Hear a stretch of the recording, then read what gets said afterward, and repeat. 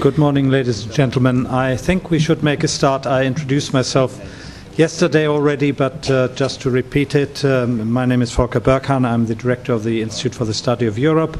And as you know, we are running this together with the Harriman Institute, and I would like to thank again them and all my colleagues who were involved in organizing this. And above all, I would like to welcome all of you to this session, the second day.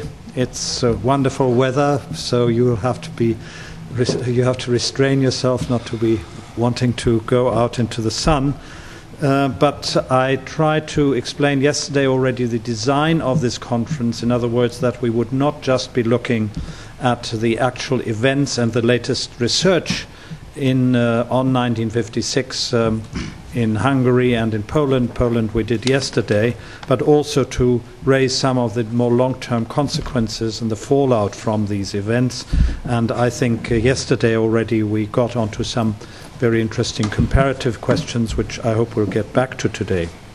I would also like to draw your attention, because I think today we will have an even more dramatic session than yesterday in terms of the events and the analysis of what happened in Budapest, that we now have a wonderful exhibition of photographs both on Poland and on Hungary on the 4th floor of this building. So when you go out, don't go straight to the main exit that way, but rather go this way, and you will find, I think, some very interesting and moving photos, both on Budapest but also on the events in Hungary. Now, originally we had asked Ambassador Gabor Hova to say a few words, but unfortunately he is not able to come this morning, so it's just my duty, therefore, to welcome again and introduce the chair of this session, Professor Gati, who is at SAIS, Johns Hopkins University in Washington, as you know, and also had held senior positions in the administration and on the policy planning staff. And as I learned yesterday, he's been advisor also to US ambassadors to Budapest before they went. But above all, he is a scholar, very well known, and his latest book I also mentioned to you yesterday.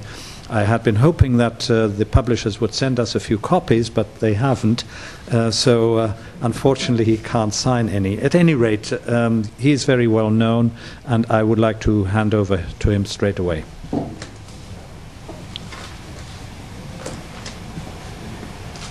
Thank you very much. I was because of the weather and because I slept well, I was in a great mood until he mentioned that the publisher didn't send the books here, which is the story of my life. Happened yesterday evening, also downtown at a meeting. Well, welcome to all. I will only mention that a favorite story that every Hungarian knows and every Hungarian loves. And the story has to do with the Manhattan Project, where of the 7 major participants and distinguished scholars, 4 of them were of Hungarian background. And at one point, when the 3 non-Hungarians stepped out of the room for whatever reason, then one turned to the other, whether it was von Neumann to Edward Teller, and said, Ed, said it in Hungarian, why don't we just continue in Hungarian? Well, we could do this. There are here 4 Hungarian-speaking distinguished scholars here, like the 4 from the Manhattan Project, and some of you in the audience there. The only problem is that I had an opportunity once to ask Mr. Teller if this story was true, and he categorically denied. He said, this is so truth requires that I disclose that very unfortunate fact that this is a great story, but like so many others, it is not true. Today we're going to have 3 presentations.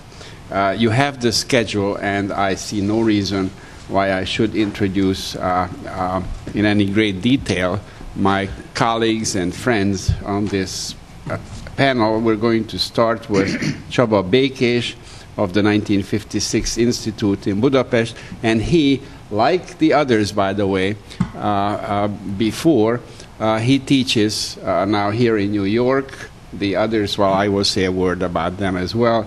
And so he is, and as you will see, he speaks just as fast in English as he does in Hungarian. So therefore, perhaps, since I gave them all 25 minutes, maybe I should just give him 15 because he covers so much so fast. That was just an early morning comment. So I'm very pleased to present my friend. He will speak about illusions and reality. Did the Hungarian Revolution have a chance?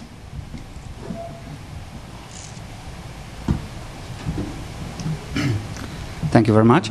Ladies and gentlemen, I'd like to have this presentation about the potential chances of the revolution, because as we all know, both one-time participants and students of the Hungarian Revolution and the history of the Hungarian Revolution are still wondering whether there was a chance that things could turn differently.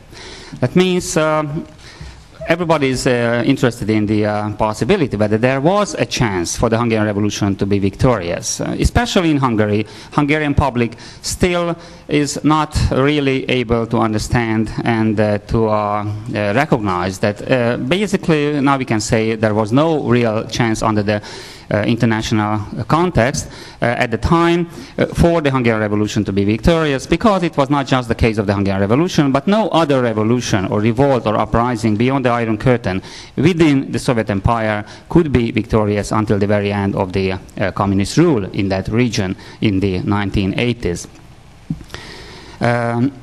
Also, I think it would be interesting to see, however, what other options might have been for the great powers, the superpowers, which basically determined the fate of the Hungarian Revolution, than the ones what we actually know.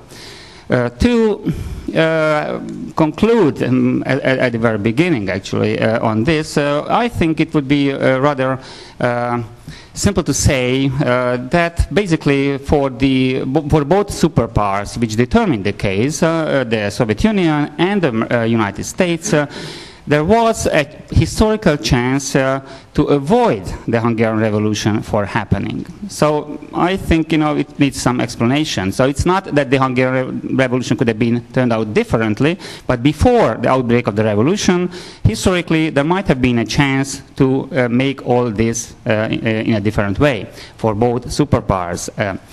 That means, first, let's say what the United States was doing in the 1950s and how this affected the outcome of the Hungarian events in 1956.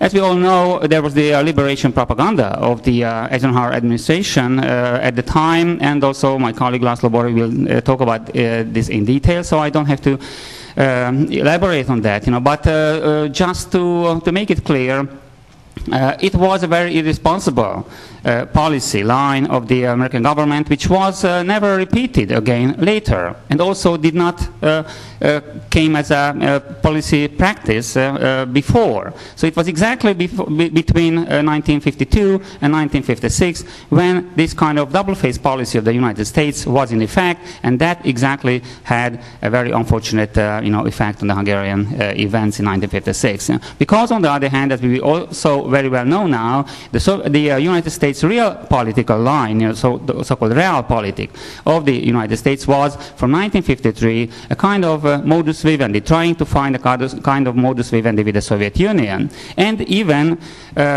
since 1955 and especially the summer of 1956, a modus vivendi even with the East European communist regimes themselves. Which was not very much known at the time, but now we know from the one-stop Secret America documents that that was the case. And also, now we have to raise the question how this could have been in affecting the outcome of the Hungarian Revolution.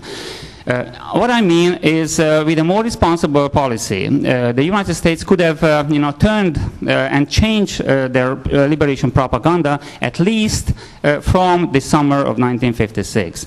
especially from the time of the Poznan uprising. Because until the Poznan uprising, there was a potential chance for the American government and the administration to believe that, well, this is not that dangerous. We are playing this double game, but actually all what we want is to keep alive the longing for freedom of these nations. That's why we are sending all these messages about that we are with you, we don't forget about the captive nations, and the liberation of the captive nations will happen somehow, sometime. Nobody really told them, when and how. But people beyond the Iron Curtain were definitely expecting something in the short term and not in the long term. On the contrary, the American government was talking about the long term, and there were, as we absolutely know now, there were no actual plans, no actual policy lines to do anything for the liberation of the Eastern European countries or to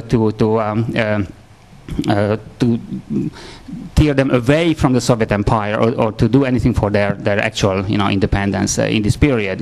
What the line was, it was a kind of a consistent policy in the long run, that the United States long-term policy is that someday this should happen. And actually in this sense they were right, because this is exactly what happened in the end of the 1980s. But this was based not on any kind of tactical maneuvers or any kind of doing this and that, but it was based basically on the assumption that our system, that is the capitalist system, is viable, why the Soviet system is not. That's how, in the long run, the Soviet system has to collapse, and that's exactly what happened. So in this sense, this American propaganda was not without foundations, but this was absolutely not the case, for the people beyond the Iron Curtain, because they did not need this kind of hopes and promises for the long run. They wanted something for the short run. And actually all those ideas, all those messages about the liberation of the captive nations were interpreted and perceived beyond the Iron Curtain in Eastern Europe as actual promises of the American government. So what I mean, especially after the Poznan uprising, which really showed very explicitly how dangerous this game could be, and actually how much there is no way for the American government to help or support any action, any uprising, any revolt beyond the Iron Curtain, and actually this necessarily would become a kind of suicidal attempt on the side of any Eastern European nation. This recognition of the situation was not really made in the US government. Well, actually it was, because in the summer after the Poznan uprising, exactly in July, a new NSA document came into being, and that NSA document really changed this policy and actually put in effect the policy of the 1960s, which was the kind of, instead of liberation, liberalization. The US role and US aim from this time on was liberalization. So what I mean, this was done at the top level in the American government, but it was not executed on the lower levels, and especially not in the propaganda machinery. We are talking about here especially about Voice of America, but especially, more importantly, about Radio Free Europe. So the transformation of the whole system of propaganda did not even start before the revolution. So that's how these messages, which were going on for several years already from the United States to Eastern Europe, did not change, and that's how people beyond the Iron Curtain, and especially in Hungary, had false illusions about a potential Western help.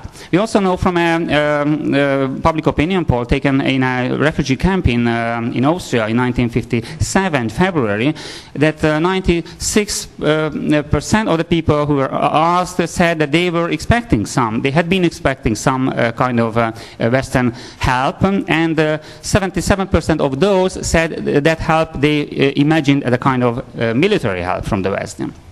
Well, these are very huge, high numbers. Of course, we don't know the background of that. But also we know that even during the revolution, both demonstrators and representatives of the freedom fighter groups regularly went and approached the legations of the great powers, the Western great powers, especially the US and the British one, and they were asking for military help, ammunition, arms, and everything else. So that's something which also shows that there was such kind of an expectation revolution, which turned out to be absolutely false, because on the contrary, when the whole revolution started, the only policy which was implemented by the American government was not to do anything, non-intervention, non-involvement. And that's what I really would like to emphasize, that with this turn, which did not happen in the summer in the propaganda of the United States, if that would have happened in the summer, there might have been a small chance that this kind of messages would not have led to those kind of false illusions beyond the Iron Curtain, and maybe the unrest in Hungary and the dissatisfaction of the society in Hungary would not have been expressed in a most brutal, in a most explicit way, that is an armed uprising, an armed fighting, and actually a nationwide armed uprising against the Soviet domination, which was actually hopeless, as it turned out to be the case later. Of course, I don't mean that this is exactly and 100% the responsibility of the United States government. So without, before you are asking questions or making comments on this, please make it sure I'm not talking about that. It was a kind of factor. How much this factor was, how important this factor was, we don't know. But this was a kind of factor. And also we know that the Hungarian Revolution broke out because internal factors, predominantly internal tension within the society, and also, as I will talk about this right now, about the big mistakes committed by the Soviets in their crisis managing process. But this American factor too contributed to this kind of false illusion and false perception of the situation by the various societies in Eastern Europe, and especially the Hungarian society in 1956.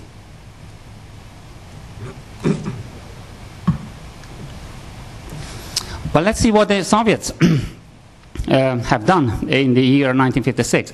Well, of course, the responsibility of the Soviets was much greater than the Americans, because Hungary was a part of the Soviet Empire. So definitely Hungary, the case of Hungary and the case of Poland, as we could see yesterday, was a very special, internal affair for the Soviet Union to solve, because that was a big empire which had its Eastern European periphery, but it was a very integral part of the Soviet Empire, and it was regarded by the Soviet leadership from the beginning to the very end a vital security zone, which was so vital for the Soviet Union that definitely, we know now, the Soviet Union would have risked the danger of a Third World War for keeping all those countries within the empire of the Soviet Union. And all this was basically based on the status quo policy, which emerged after the Second World War. I was not talking about this now, because we don't have time for that, but definitely we have to see and know that there was a mutual agreement between East and West after the Second World War, that the spheres of influences between East and West, that is, Eastern Europe belongs to the Soviet Union, Western Europe belongs to the United States and the West. In general, this cannot be challenged, and this should not be challenged, because any challenge of that could lead to direct confrontation between East and West, and that eventually could lead to the Third World War, which actually nobody wanted, neither the East, neither the West. So that's very important to remember, because that was, of course, the basis of what was happening or what was not happening in the 56 revolution as well on the international scene. So the Soviets' responsibility was much greater. That's how actually they were trying to solve the Hungarian problem, because they knew about the increasing crisis in Hungary as well, just like in the case of Poland. They tried to manage it, but they managed it very badly.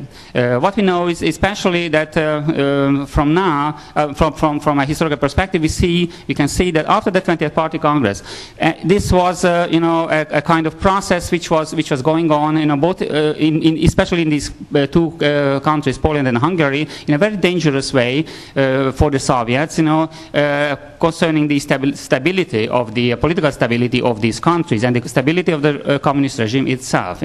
So that's how the Soviets tried to solve this problem, but they were not able to make the necessary steps, and especially not in time, because the main problem in Hungary was, in the spring of 1956, the removal of Mátyás Rákosi, the hated Hungarian Stalinist dictator.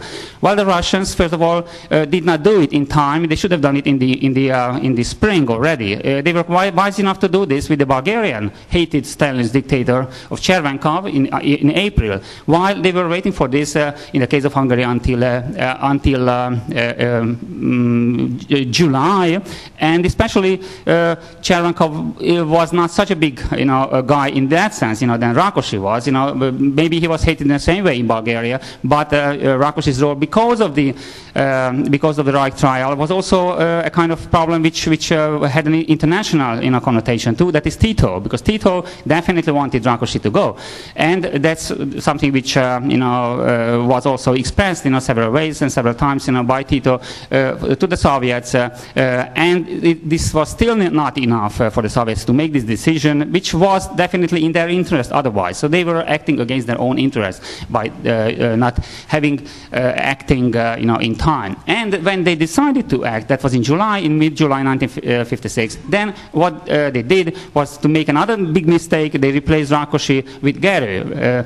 Ernő Gerő was at least as much hated as Rákosi in Hungary, and more importantly, by that time, that is mid-July, this is after Poznan, and this is after the big expectations what the 20th Party Congress raised in the Hungarian society, and that expectation was about a better life. In a socialist way. I mean, we keep the socialist system, this communist system must remain. Okay, that's something what people were still willing to tolerate and accept. But a better version of that. More tolerable, more bearable version of that, a more liberalized version of the Stalinist system. That's what was in the promise of the 20th Party Congress. For the whole society in Hungary, and this expectation was absolutely not met by the very fact of having Gerő instead of Rákosi, because then people would have expected to have anybody, any minor communist leader, even not Gerő, please. And this was a kind of thing which, instead of giving concessions to the society, which concessions could have worked to calm down the society, just like in the case of Poland, as we could see, concessions eventually were able to pacify the society.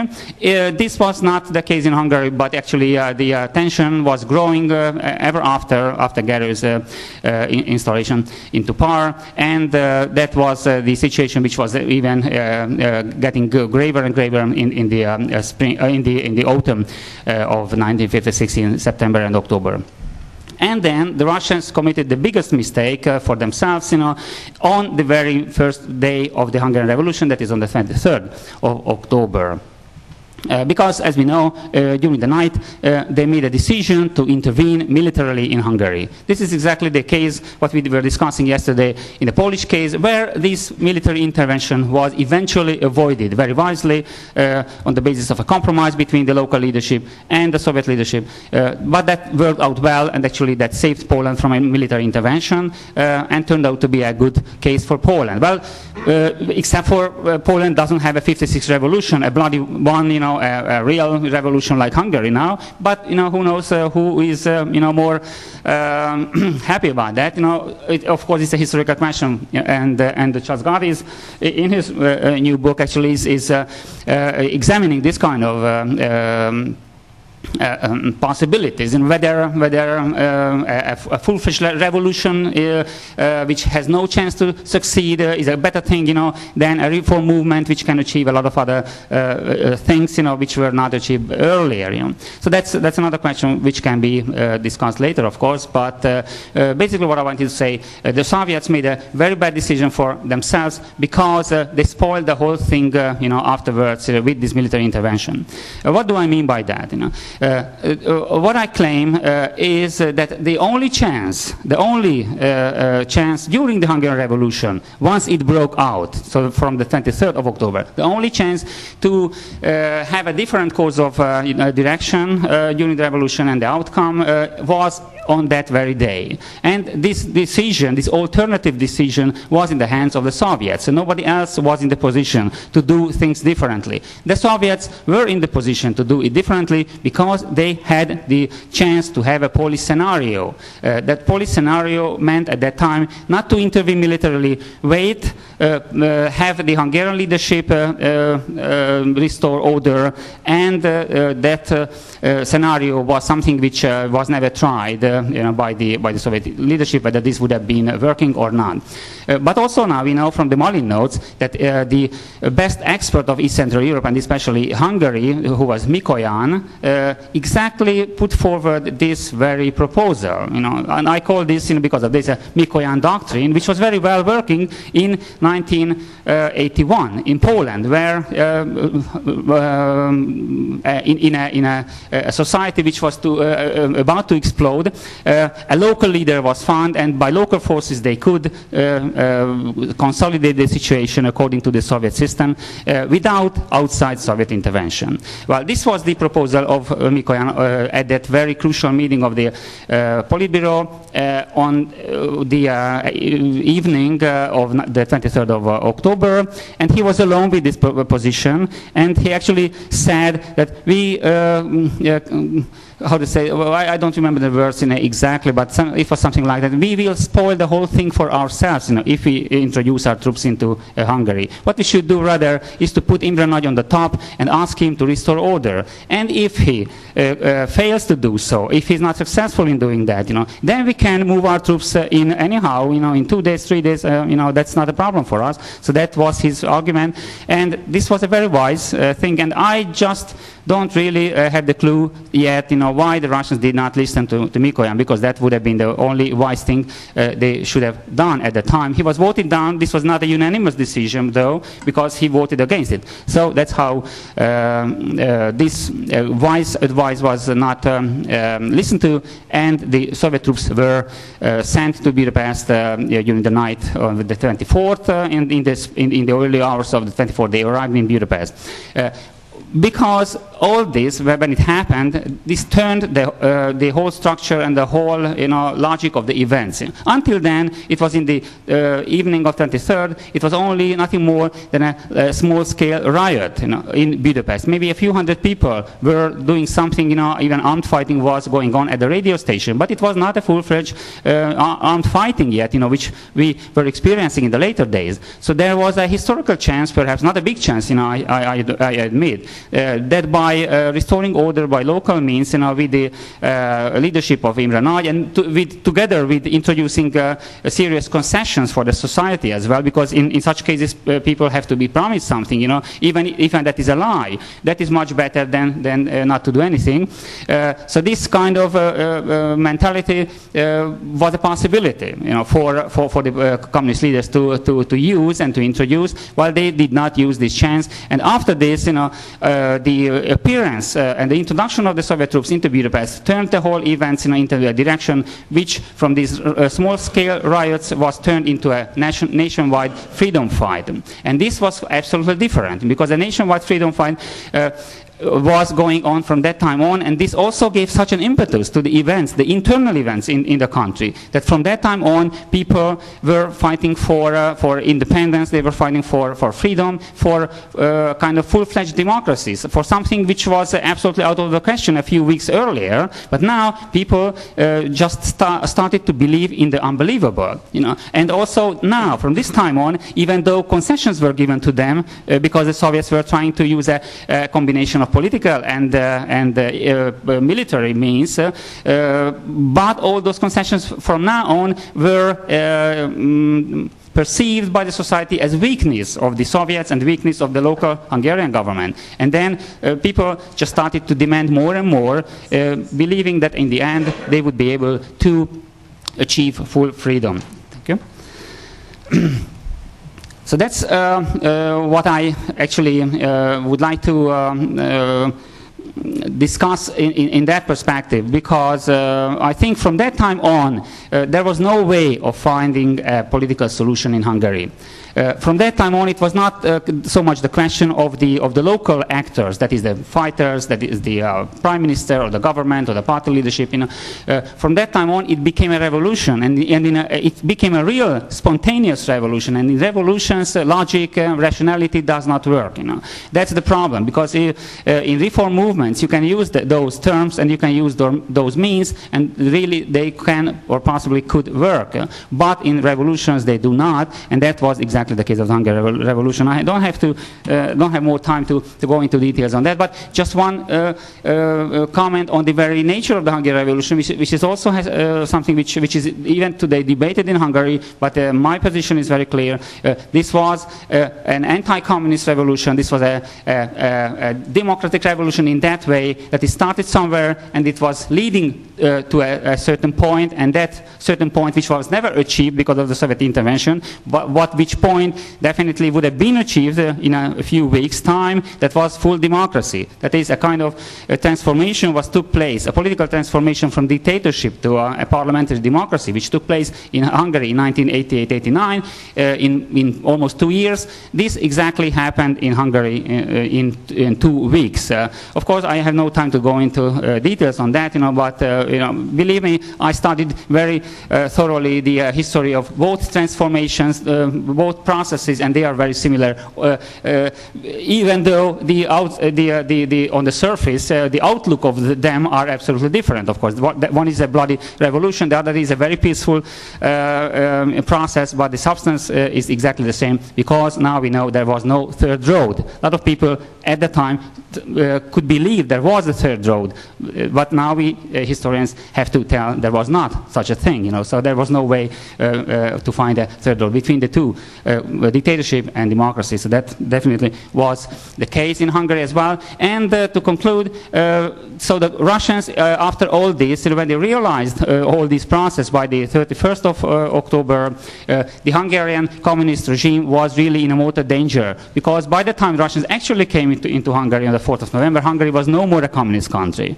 Not just talking about the multi-party system, because the multi-party system was really re-established already on the 30th, but also the disintegration of the whole communist state, the state apparatus, the military, the secret police, and the party itself, most importantly, which was a very important factor in the Soviet decision-making. And with all this, there was no question for the Soviets on the 31st to come to the conclusion that communism in Hungary cannot be saved without Soviet intervention. From their point of view, now they made a good decision to save communism in Hungary, but that second intervention, the decision of the second intervention, was an outcome of the decision, a very bad decision for themselves on the 23rd of October, as I mentioned in the very beginning.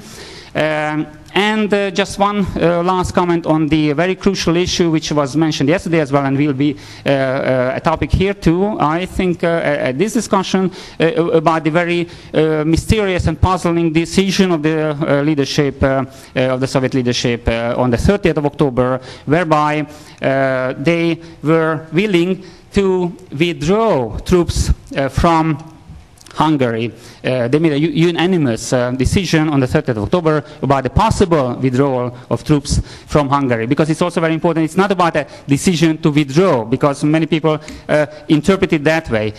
If you look at the text, it's about a possible withdrawal. If the Hungarian government requests this, then we can withdraw the troops from Hungary. But there's no decision on this, because the Hungarian government did not ask anything yet, officially. So it's a potential promise to this effect. Still, this is a historical, statement, because until then the Soviets were not absolutely not able to and willing to withdraw their troops from Hungary, although the society was demanding this. But the Hungarian government yet did not raise it officially for the Hungarians at that time. The other thing is even more important, how we interpret this decision, because some colleagues tend to interpret this decision in a way to say that this was a kind of a turning point in Soviet policy. They were hesitant. They were really more liberal than we ever thought. So that actually this was kind of process of giving up Hungary, saying, well, it's so bad, even we can withdraw troops and then see what happens.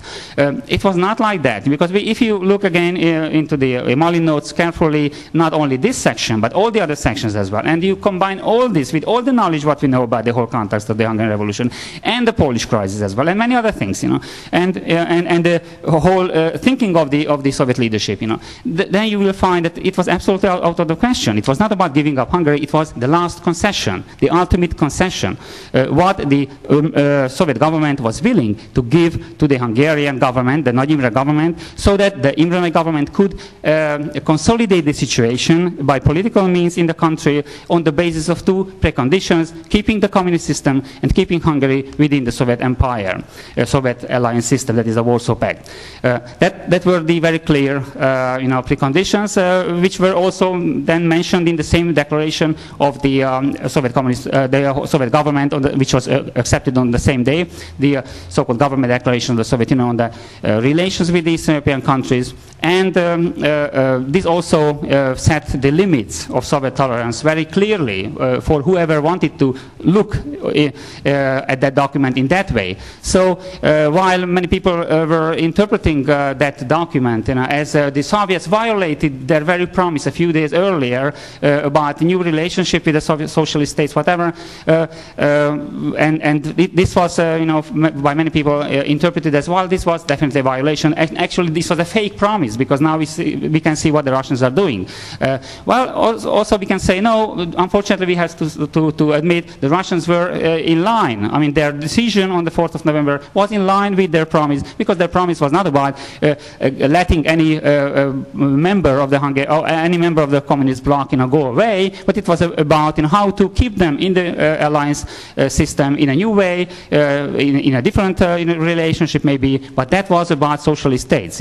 And as I said, Hungary by that time was not a socialist state anymore. Thank you very much.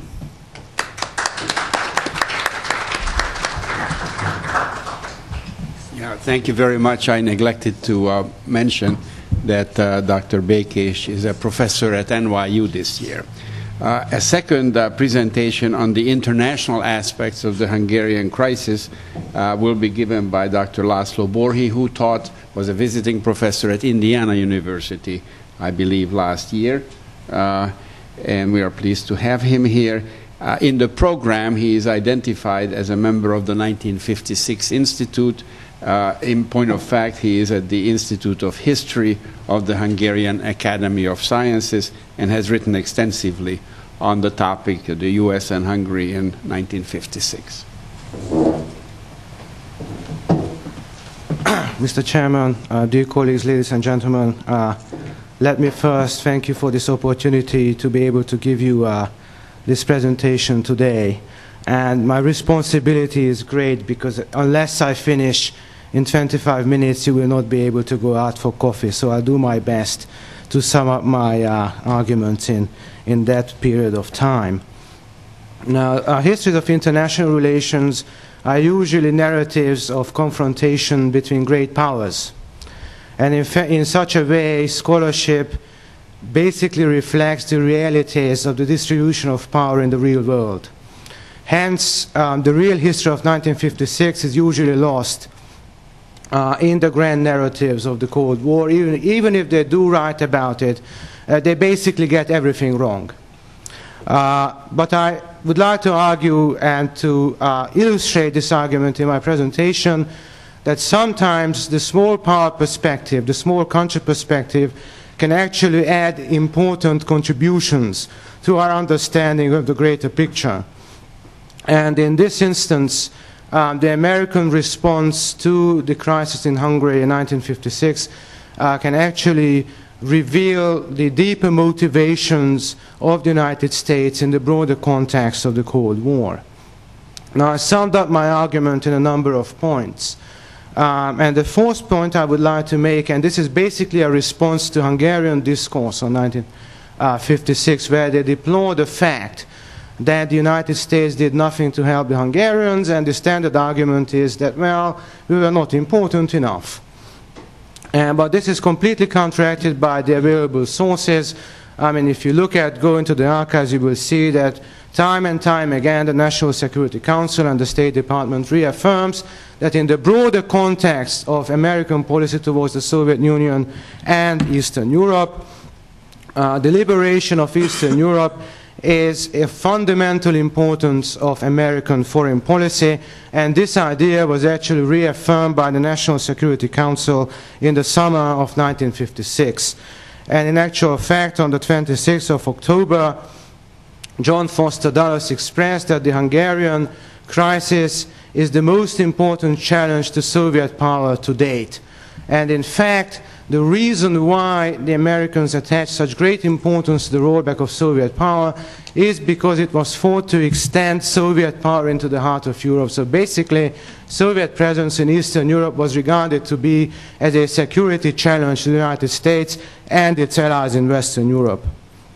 Now, there's a stark contradiction between the significance attached by Washington to the rollback of Soviet power in Eastern Europe and its inaction in 1956. And it's very important for a historian to be able to deal with that apparent contradiction. Now, why was American foreign policy, after all, so cautious about its response to the events in Hungary and, in fact, in Poland in 1956? The first point there I would like to make is that any armed uprising behind the Iron Curtain was regarded to be suicidal. In 1954, a group of Polish exiles were told in the State Department that an armed uprising against the Soviet Union would be tantamount to the biological annihilation of the population involved. On the 25th of October, John Foster Dulles sent a cable to the American embassy in Belgrade, where he said that, of course, we welcome any attempt of self-liberation, but we cannot see how unarmed men, no matter how heroic, can prevail over Soviet tanks. So our only objective in this situation is to minimize bloodshed and to keep the Kádár-Nagy regime from reprisals. The second, and Csaba made mention of this, is that it was thought that any intervention behind the Iron Curtain in the Soviet zone of interest would lead to global war. And in fact, a global war could in actual fact escalate into nuclear crisis. And just one quote to illustrate this, the policy planning staff on October the 29th opined that any intervention behind the Iron Curtain would lead to hostility with the Russians. And in fact, President Eisenhower ruled out military intervention even for Poland in a speech that he gave on the 21st of October. Now, what was the American strategy in such a situation? What could they do? Sometimes it's argued that there was no strategy. I would say that there was a strategy and there was sound logic behind it, even though the underlying assumption of that logic was erroneous. In this situation, what the Americans wanted was to buy time and to forestall a decisive Soviet crackdown in order to be able to launch diplomatic negotiations with the Russians about the fate of Eastern Europe and a possible neutralization of Eastern Europe.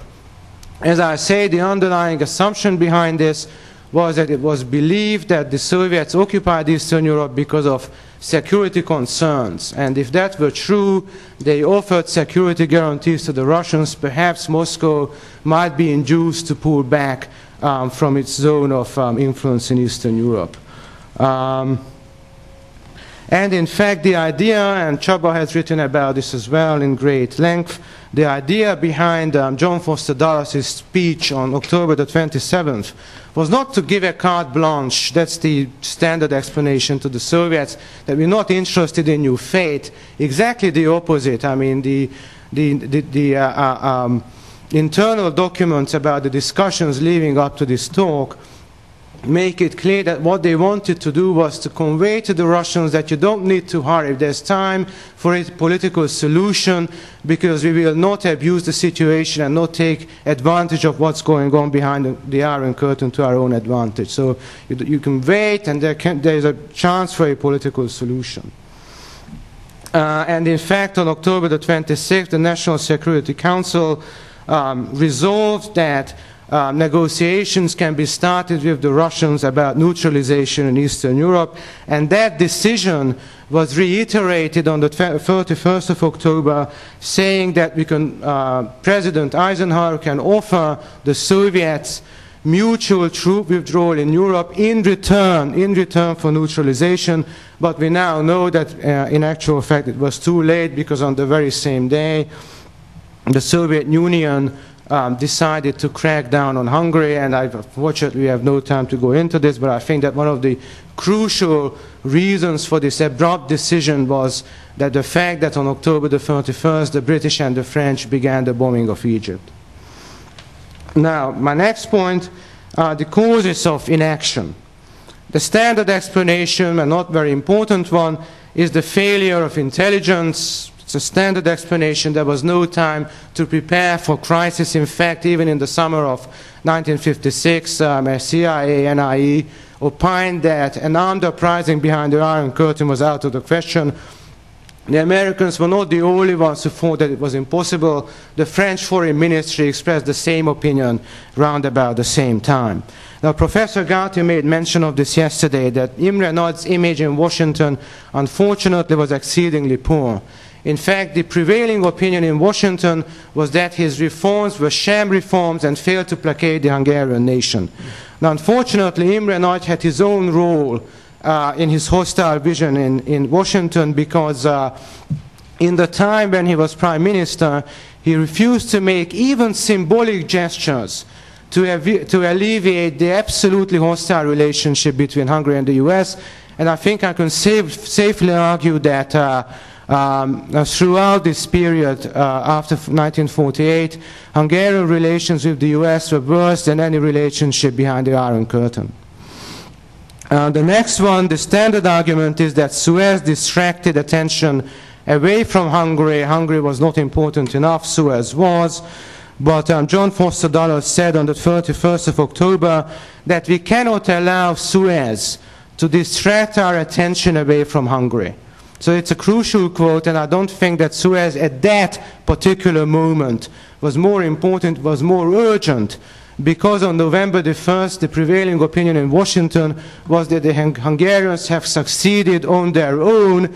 We don't have to worry about the situation there at this very moment. Suez is just more urgent. Now, of course, I'm not saying that on the long run, the Middle East is not more important than Central Europe, but at that point of time, the Hungarians seemed to realize a fundamental policy objective of the United States.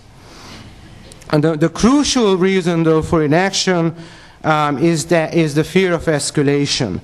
So when, for example, Spanish Foreign Minister Artajo approached Cabot Lodge about a joint Spanish-American intervention in Hungary, he was told in no uncertain terms that such intervention was ruled out and they should do nothing for the sake of world peace. Now, the next point. Was this fear of confrontation, armed confrontation with the Soviets, just a pretext for inaction, or were these fears real? At this point, I must refer to Eisenhower's perception of what was going on, and there's a very interesting rumination of his in the National Security Council on the 26th, where he says that the Russians are in dire straits in their own sphere of influence. And the situation resembles that of 1945, when in February Hitler had known that he was licked, but still he dragged down Europe in defeat. Couldn't the Russians be expected to resort to similar extreme measures? So this will show you the president's thinking about the dangers of the situation. And to the extent that his thinking was influenced by experience of World War II. And this has received a lot of attention in international scholarship, namely by Gregory Mitrovich, who has written an excellent book about this, is the change in American military thinking that occurred around 1952. Up to that point, it was thought that a showdown with the Soviets was unavoidable. It was an apocalyptic vision, year of maximum danger, where there would occur unavoidably a showdown with the Soviets. Now that changed in 1952, and it was argued that unless the Soviets are pushed in their own zone of vital interest, like Eastern Europe, they will not attack. So any intervention behind the Iron Curtain now became much more dangerous. Plus, nuclear capabilities of the Soviet Union were estimated to be able to strike the United States somewhere in the middle of the 1950s, and such a possible nuclear strike was thought to be lethal to American civilization. So simply intervention in the Soviet zone after 1952, 1953 became too dangerous to pursue. Now, 53, of course, the doctrine of liberation. I'm not so cynical as some other colleagues of mine. I may not be right, but I think that Eisenhower may have taken this seriously at the very beginning. But Operation Solarium, and you know all about this, I don't want to go into any detail, and the uprising and the American policy options in the uprising of East Berlin made it clear that the policy of liberation cannot be pursued. And I must say that after 1953, even American rhetoric was toned down. So when in 1956, Adlai Stevenson posed a question to John Foster Dulles about liberation, Foster Dulles said openly that we never promised liberation, which of course was not true, but it meant that the administration was actually distancing itself from that very strident rhetoric. Now, of course, the estimate in Washington was that Khrushchev would go to any lengths to keep Hungary.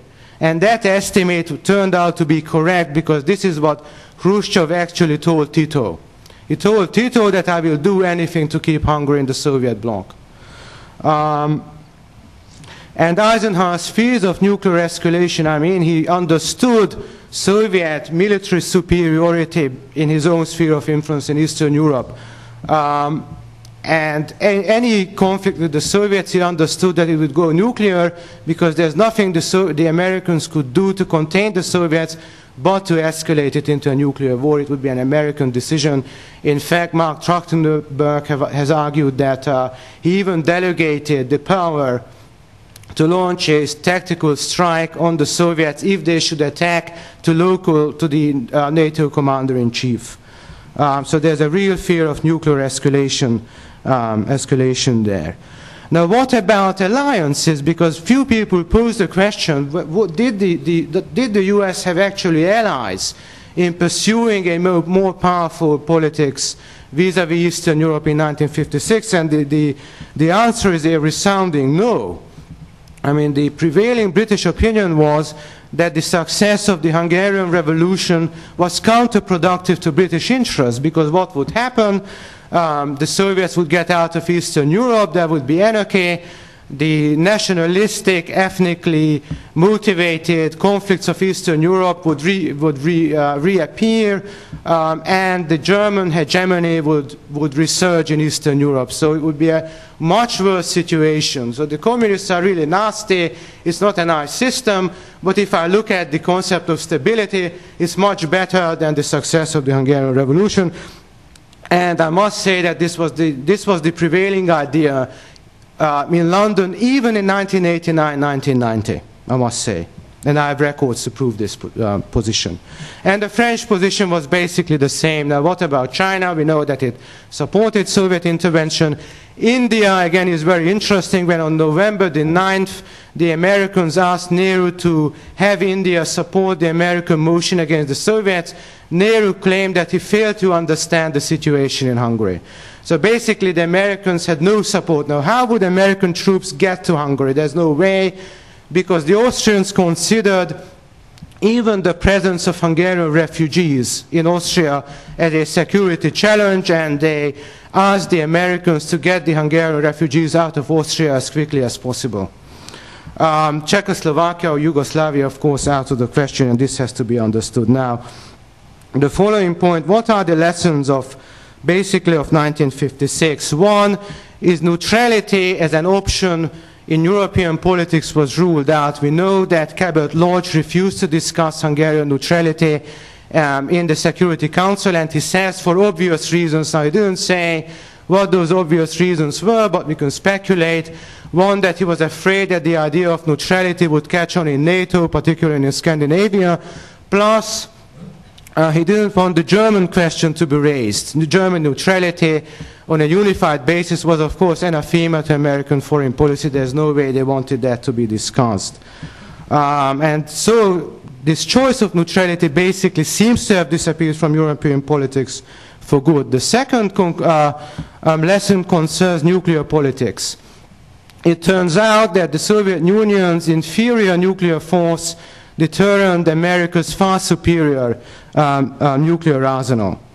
And unfortunately, this lesson was not learned. You don't have to be on parity to achieve nuclear deterrence, and hence the mad arms race that occurred after 1956. It was not understood that you don't need to have 2 times, 3 times as many to deter, because the Soviets' inferior force deterred the Americans.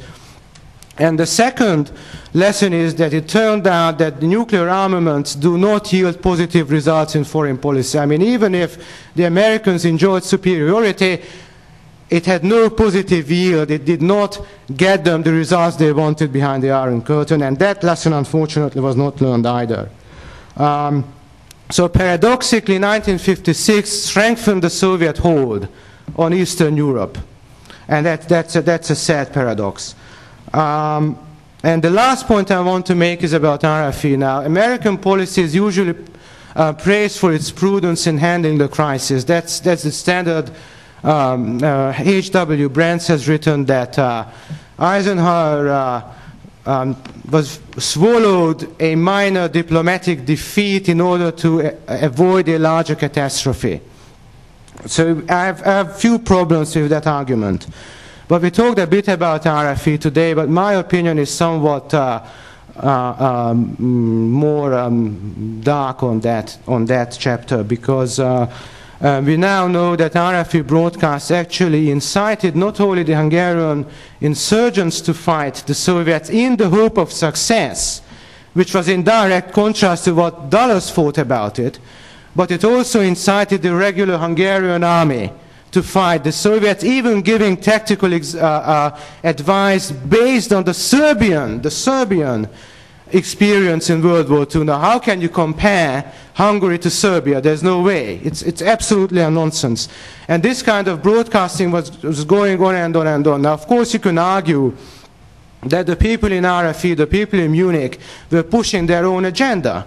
But let me just give you one other idea to ponder about. In 1953, Radio Liberty was expressis verbis instructed not to incite the Germans to fight, because they have no chance. And no such instruction was ever given, as far as I know, to RFE. These broadcasts were tolerated, and I'm sure this is the cynical side of American foreign policy, in the hope that self-liberation would work if all other efforts failed. Now, of course, it didn't work.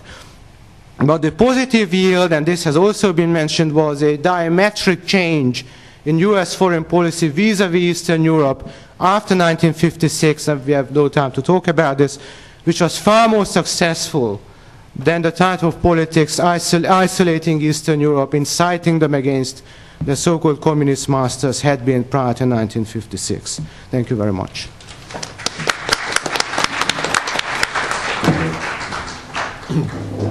Thank you very much indeed. After these 2 presentations dealing with the international aspects of Hungary 1956, we are going to have now the 3rd presentation on a domestic topic by my friend Attila Pók, the Deputy Director of the Institute of History of the Hungarian Academy of Sciences, one of the few distinguished Hungarian scholars I know who answers his email immediately. For inviting me to this conference, but also for making Columbia during the last 6-7 years, both professionally and privately, an essential part of my life. The title of my presentation is "What Were They Up To? Historical and Political Controversies About the Origins and Program of the Hungarian Revolution of 1956, which of course is an inexhaustible topic, And in order to illustrate my approach, let me start with a motto that I took from Czesław Milosz. In fact, it is a motto in his captive mind, his famous work, which deals with his lost illusions as far as communism is concerned, and it is as follows. The source of the statement is precisely given by Milosz. It says, it's an old Jew in Galicia, sometime in the late 19th century. When someone is honestly 55% right, that is very good, and there is no wrangling. And if someone is 60% right, it's wonderful, it's great luck, and let him thank God. But what is to be said about 75% right? Wise people say this is suspicious. Well, and what about 100% right? Whoever says he's 100% right is a fanatic, a thug, and the worst kind of rascal. And as I do not want you to think of me as a kind of a rascal, do not take everything for granted that I am going to say. So the levels of investigations that I am going to present are on 4 levels, because I am absolutely convinced that dealing with history is far from being the privilege of historians. It's not the internal cause of a guild. But in addition to the scholarly level, I think there are at least 3 major other levels: the political, symbolic use of history, the educational use of history, and the romantic popular myth that are extremely powerfully present in our societies in Eastern and Central Europe. So when I am talking about the images of 1956, I am trying to use all these levels. I'm going to talk about 5 aspects, and I am trying to pointing out agreement, disagreement, contradictions, and new findings on the following issues. First, the significance of 1956, the revolution, the origins of the revolution, numbers of participants, victims, aims and ideology, and finally, terminology, so how to describe what happened in 56, and memory. When I speak about agreement and disagreement, I do not simply mean that agreement or disagreement among scholars, but also agreement or disagreement among these 4 levels of approach. Because what seems to be appropriate on a scholarly level sometimes is far from being appropriate on the educational level or the other levels. So let us first turn to the first issue, the significance. Fortunately, this is the point where I think there is basically agreement on all levels and among all scholars. No one questions, even those who are critical of 1956, that it's a turning point in Hungarian, major turning point in Hungarian European political history, in the history of the Soviet Bloc, in the history of the left as a political movement, as an ideological platform, in the history of anti-totalitarianism, etc. There is also some kind of an agreement that 1956 is perhaps the last 19th century type of still romantic revolution, where this is the more popular level, where the good and the evil surface. There is also an agreement, perhaps not as unanimous as far as the other, as in the case of the other points, that the days between the 23rd of October and the 4th of November now belong to the best known days of 20th century Hungarian history, and definitely it is the most important, best known event of Hungarian history. It is also, however, it has to be added, and this is already a level of disagreement, that I have the feeling that perhaps my colleague do not definitely share, that the revolution has a much higher prestige abroad than at home under the current circumstances. Let me now come to the second point, the origins and the causes of the revolution. At the beginning of December 1956, the 4 official causes were declared by the Central Committee of the Hungarian Socialist Workers' Party that we all learned at school. I still had to learn that at school, but only at secondary school, of course, that it was the dogmatic leaders, the Rákosi Gerő clique, the revisionism of Imre Nagy, and the remnants of the interwar period, horthy fascism as it was presented, and the imperialist policy towards Hungary. Now I think there is complete agreement that no one accepts these four causes as major elements of the 1956 revolution, but there is disagreement to the issue of how far back to trace the origins. Shall we start any investigation with the 20th Congress of the Soviet Communist Party that we talked about? Shall we start it with Imre Nagy coming into power in 1953? Shall we start with Stalin's death? Does the process start, as some historians argue, in fact, with the communist takeover of 1948, because from that time on the social and political tensions gradually accumulate and finally reach an explosion in October 1956? Or does it start as early as 1945, because in fact the gradual communist takeover already starts in the immediate aftermath of the war? Or does it go back even to Trianon, to the aftermath of the First World War, the major trauma of Hungarian history, which reaches then a great explosion? Or does it even perhaps go back to 1905-6, the first major political crisis in Hungarian 20th century Hungarian history, when the major groups of the follow of the Hungarian elite that followed the stabilization, the program of the stabilization of the Habsburg monarchy, the dualistic system, were seemingly in a powerful conflict with the independentists. As far as the division of the Hungarian elites are concerned, perhaps this goes back as far as that there's an interesting source to prove this point, which is not shared by many, that László Németh, in his famous article in the Literary Gazette on the 2nd of November 1952, made an interesting point. He said that Hungarian intellectuals have been paving the way towards the revolution for 50 years, and 50 years back from 1956, exactly 1905. Definitely, there are also other approaches which said that 1950s is deeply rooted in all the unresolved problems of Hungarian society and political life, the unresolved problems of rural society, the unresolved problems of the industrial workers, and the traditional complaint and grievance of Hungarians that we have always been at the mercy of great powers and we have never been in a chance to fully develop our abilities. There is also an agreement that traditions of anti-totalitarianism, anti-communist, democratic republicanism, self-governmental democratic socialism all have traditions in Hungary. They all surfaced in 1956, but I think there is great disagreement as far as the proportions are concerned. How deeply rooted was democratic socialism in Hungary? How deeply rooted is in the Hungarian political culture democratic republicanism, etc. There is much disagreement about it. Let me now come to the discussions, approaches, to the actors, driving forces, elements of this content. There is agreement that they can be divided perhaps into three major groups: the economic, social, and psychological factors.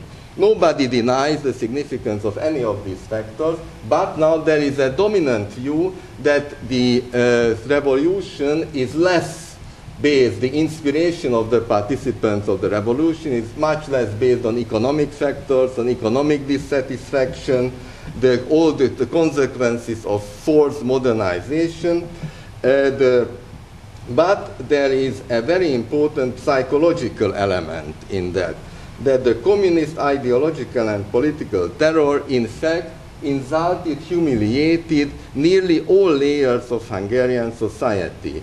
Humiliated and hurt were in their traditions and feelings, the skilled workers, the traditional peasant society, the rural society, the traditional upper middle class, the traditional lower middle class. So it would be very difficult to point out any social layer which didn't have any complaints. But there is also a contradiction here, that if you look at the avant-garde of the revolutionary process, the students, writers, journalists who during the period of fermentation from 1953 on have the lead, Many of them belong not to the underprivileged, but to the overprivileged of the communist society.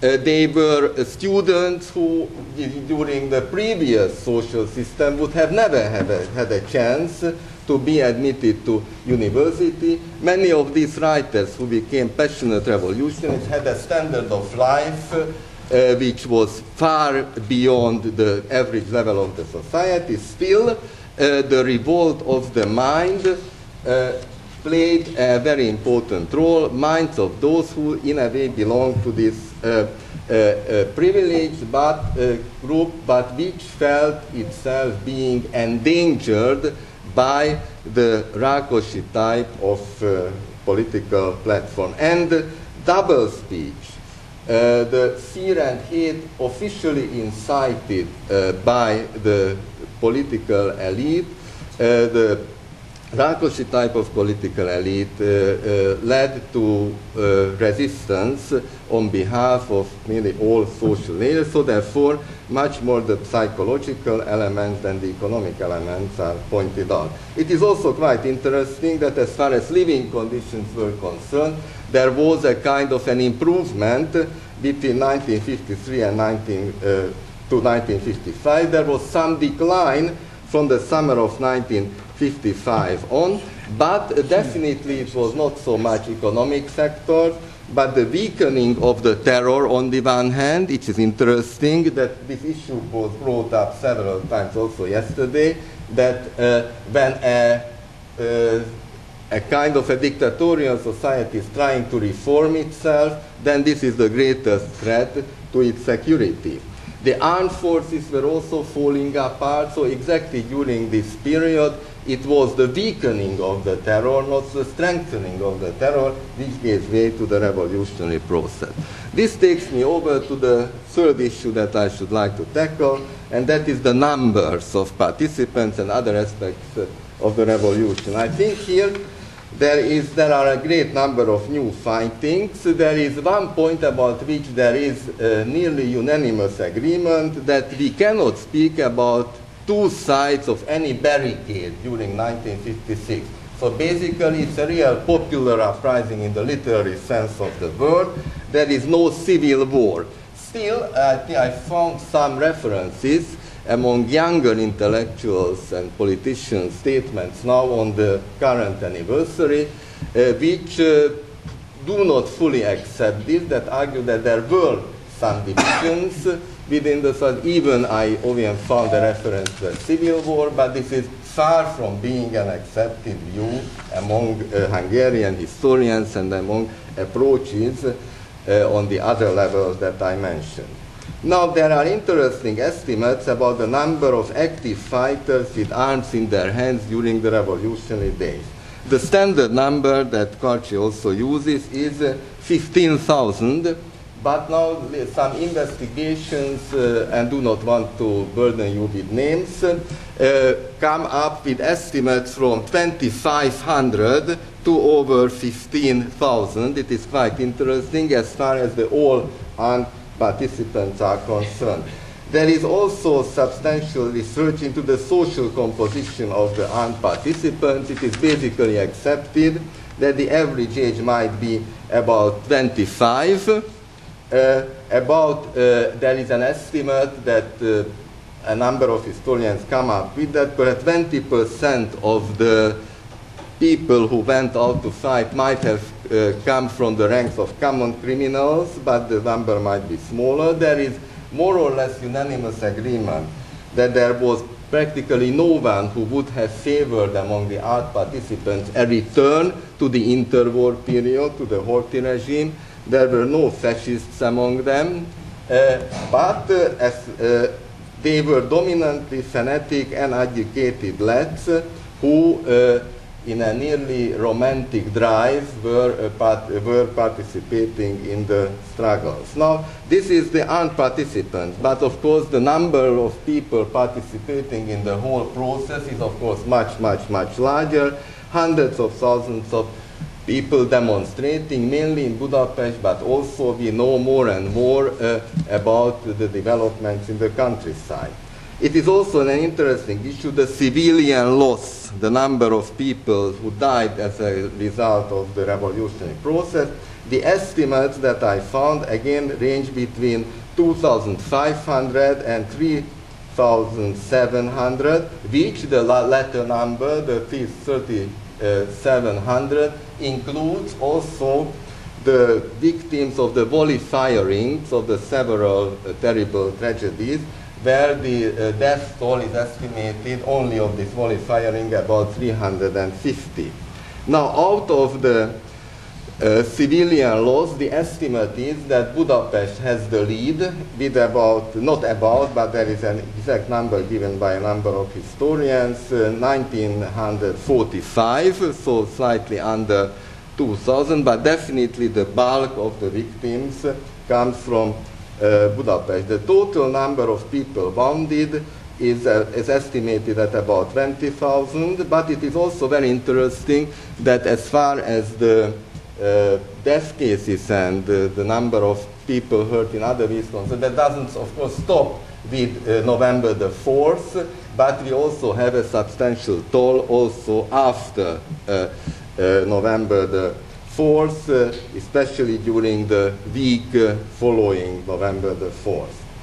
Now, there is a peculiar contradiction once we continue with the numbers among between the active role of intellectuals and former communists in the preparation of the revolutionary process that I mentioned, and in the social composition of the victims, both the deaf and the wounded and the imprisoned, because they came mainly from the ranks of the unskilled and skilled manual workers and uneducated young people who present the majority both in the human loss and also in the retributions. Now, what about then the retributions in this respect? There is now a more or less unanimous view more recently in connection with the anniversary that the number of people executed is now given as 229. Plus one, right? But there is at least one researcher whose work I read, who says that if you add also the cases where partial 1956 involvement was given as a cause of the execution, that's another 112 cases. So if you want to put it, it's either 229 or 30 or 300 something. Now, there is occasionally surfacing in the literature an interesting point, but I don't think it can be proved. Maybe my colleagues have some evidence for that, that the number of people who Kadar and his regime defined as great heroes and great official victims of 1956 is said to have been at 223, and some colleagues say that when the number of executions reached 229, so approximately the point was that they should level out each other. I cannot prove this point, but this is occasionally coming up. Of course, there were thousands imprisoned. The long-term sentences is the most number that seems to be most reliable is 16,000, around 16,500 approximately. But of course, that is the longer prison sentences. And of course, that is far from including the tens of thousands of vilified and of course the approximately 200,000 people who emigrated. Now we have got interesting numbers about the Russian losses as well.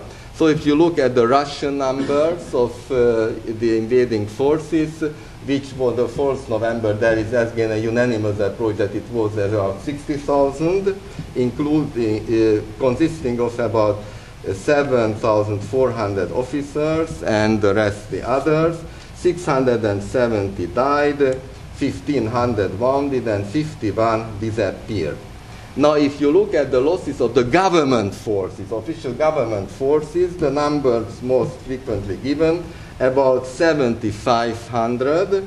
The AVO, the Hungarian security people, the estimate is given I mean, not the loss, but the total involvement, sorry, not the loss, the total involvement in the fightings of the government forces, about 7,500, the security people, about 4,500. Now, in the Hungarian armed forces, the official number generally given is 423 dead, and in the Ministry of Interior, about 155 dead. Now, there is an interesting other figure, I want to burden you further with some figures, that according to what I think, which seem to be reliable statistics, in the 3,000 Hungarian municipalities, there were about 3,000 municipalities in Hungary in 1956, there were death cases in 141. So in the overwhelming majority of the Hungarian municipalities, there were no death cases, but of course in all the major municipalities there were death cases. So in this case, of course, numbers in themselves can be misleading. Now there is a disagreement about the basis of comparison. What shall we compare these numbers to? A most frequently used basis of comparison is the aftermath of the 1848-49 revolution, and it is frequently argued that Haynau and his associates sentenced about 850 people to death, but only about 110 people were actually executed. So this toll of the aftermath of 1956 far surpasses that. But in some other analysis, other bases of comparisons also show up. The losses in the Second World War, so 1944-45, various aspects of the losses, and of course also the number of people executed, deported, etc. during the 1948-1956 period. There is also a less frequently referred to issue in this context, the number of people who returned not long after 1956, so out of the 200,000, so how many returned and why and under what circumstances. And there is finally also a very interesting issue which is frequently debated, the events of the 1st of May 1957, when there was a big May Day demonstration. What was the number of people who actually participated? Were they forced to participate or were they willing to participate in that? What explains the atmosphere of the demonstration, peaceful demonstrations or celebration on May Day 1957? There are substantial new findings, which I think are really new findings, on the impact of the revolution on minority Hungarians, especially in Transylvania, where a colleague of mine made, I think, a very important statement that the solidarity shown by the Transylvanian Hungarians and also by various groups of the Romanian society, of course, but the solidarity shown by the minority Hungarians in Transylvania was a very interesting element in consolidating the comprehensive Hungarian national identity, so that it played an important role in slowing down the dissimulation process of the Hungarian minority in Transylvania from the bulk of the Hungarian community.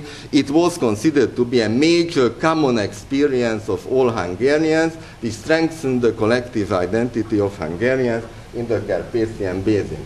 There are very interesting new findings on the field of political history in terms as far as Carpathian Ukraine is concerned. There is now, I think, quite convincing evidence that Kádár's government was not established in Szolnok, as it was frequently argued, but in Ungvár, and also his famous speech was also recorded in Ungvár and not in Szolnok. Let me come to the last 2 points, of course only in a very sketchy way, the aims and ideology of the revolution. I think that basically, although not without disagreement, but it is accepted, but György Litván said as early as 1992 that there were 4 major political groups and ideological platforms in 1956, 2 leftist and 2 rightist groups.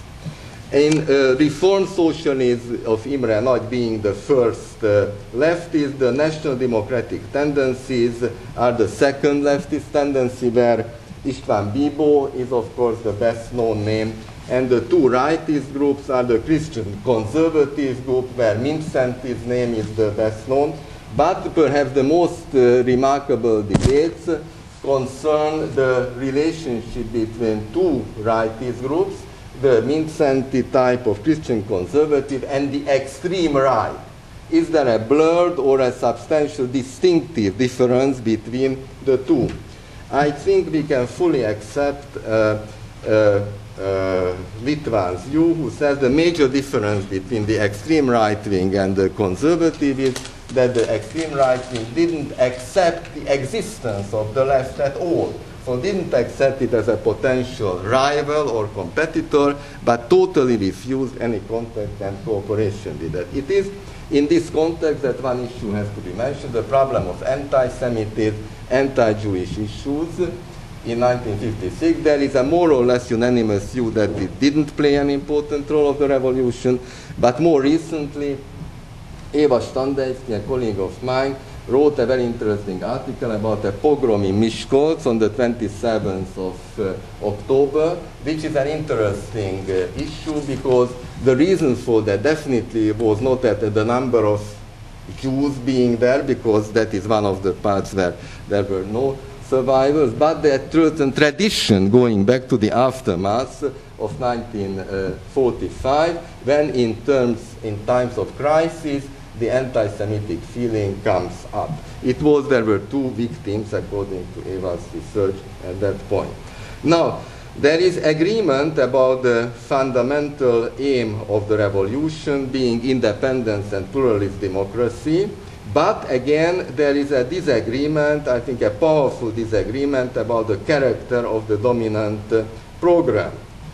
Whether it was just a kind of a reformed socialist program, or it was a more comprehensive anti-communist, totally anti-communist, and not only anti-communist, but anti-socialist program. But I think this is a more politically motivated debate, I think, because it is quite clear, so the source is clearly defined what the major aims were.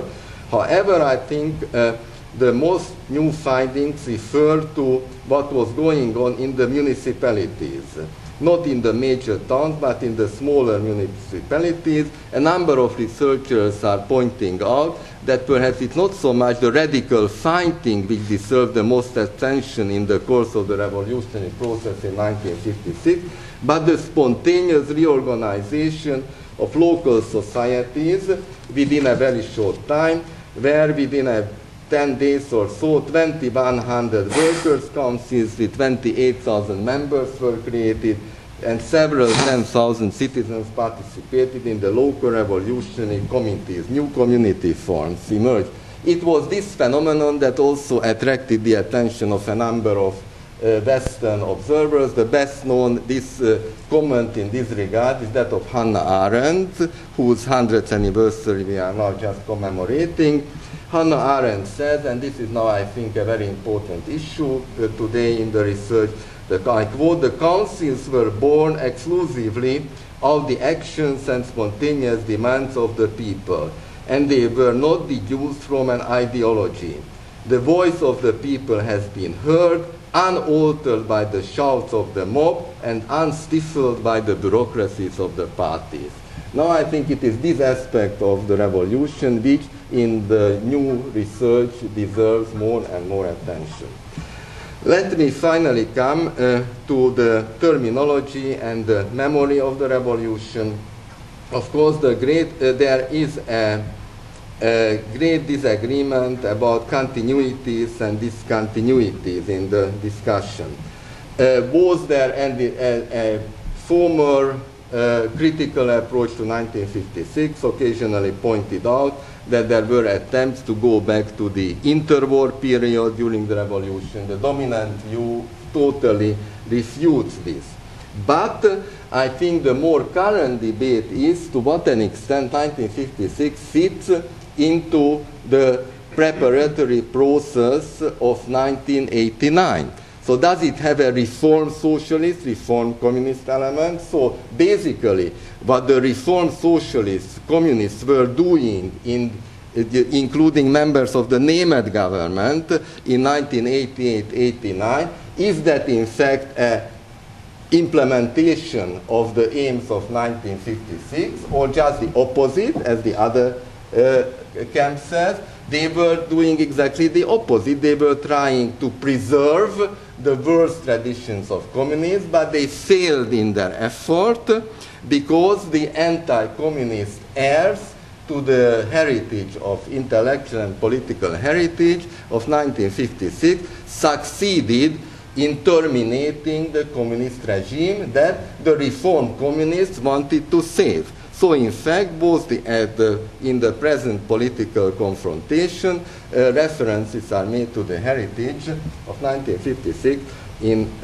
from both sides.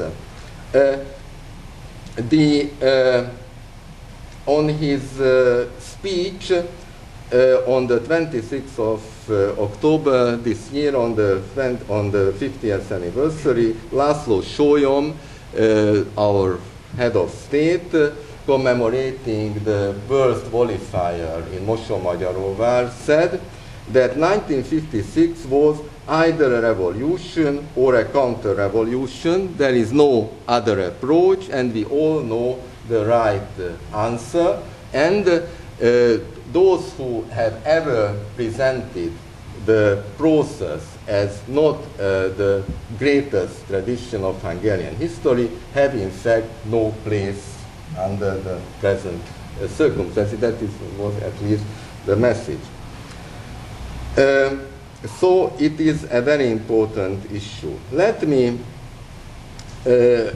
add finally a more philosophical tone to this presentation. The works of historians as Peter Gay or Richard Hofstetter or Fritz Stern, at least for me, did call attention to the possibility of approaching the major course of 19th and 20th century in a different way than it is frequently the case. The major intellectual and political historical approach is that in fact we are researching the history of the gaining ground of freedom in a most general way. That is what history is about. Ever since the Enlightenment, there are new and new steps taken mainly in European, Euro-Atlantic history towards reaching a more powerful spread of freedom. But I think, as especially Peter Gay's work point out, you can also approach the same processes from the point of view of researching the history of the explosions and attempts at curbing the eruptions of aggression driven by hate, by fear and hate. Because the steps taken on the road towards liberty, they are also paved with terrible acts of aggression, terrible eruptions of fear and hate-driven aggression. And I think when we also have to pay attention to this process, this doesn't deny, of course, it's far from denying the significance of struggles for liberty and freedom as the Hungarian Revolution. Still, I think intellectuals who do most of the research on these issues have to carry the responsibility not only for spreading the ideas of liberty, but very often also for being responsible for eruptions of aggression. And I think the best approach to this that I should like to quote at the end of my presentation is Gyula Ijés's famous poem, A Sentence on Tyranny, that many of you might know, was written during the worst time of the Rákosi regime in 1956, but was only published in 1952, but was only published in 1956. And in that, Gyula Ijés makes the major point that tyranny is not far from us. We are all parts of the chain of tyranny. And I think whenever we deal with all these things, we always have to keep that in mind. We are not only parts of the struggle for freedom, but occasionally, willingly, unwillingly, we might also become parts of the chain of tyranny. Thank you very much.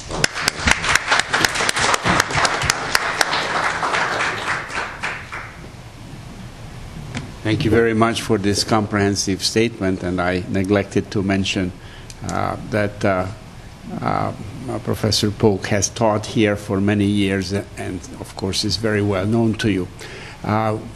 Before we have a 5-minute, previously unannounced, but no doubt a welcome coffee break, and then continue with Professor Deák, I'd like to mention, since a couple of people referred to my book, that it's only fair that we mention that in the audience here is John Matthews, who has also published a very comprehensive study of the 1956 revolution.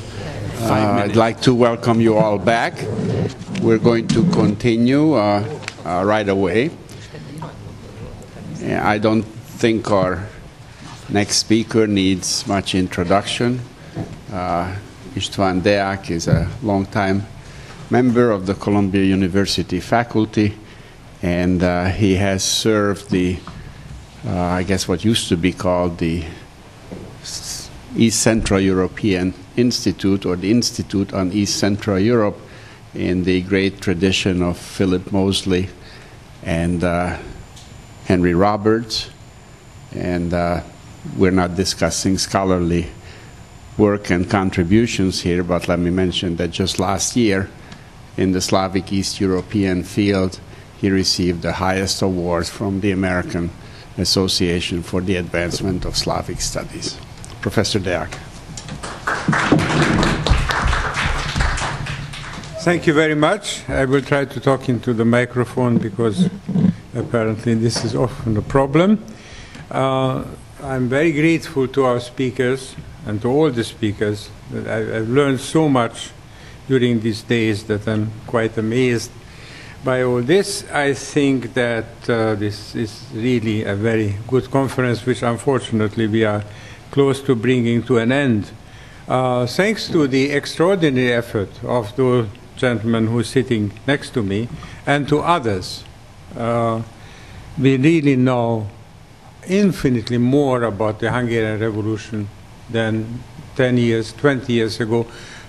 Let's just mention very briefly, however, that even when documents were not available, when Moscow and Washington and Budapest were not at all open, there were some historians like Ferenc Váli, Paul Zinner and others who already had an inkling of the major issues that we are discussing here and very often drew the right conclusions. Today we talk about minute by minute and hour by hour developments, for instance, on the famous 2 days, October 30, October 31, what exactly happened, what exactly influenced Khrushchev. Was it the events of, for instance, the famous and infamous Republic Square massacre? How much did it influence his decision, or did he take his decision to intervene in Hungary before he would have learned this?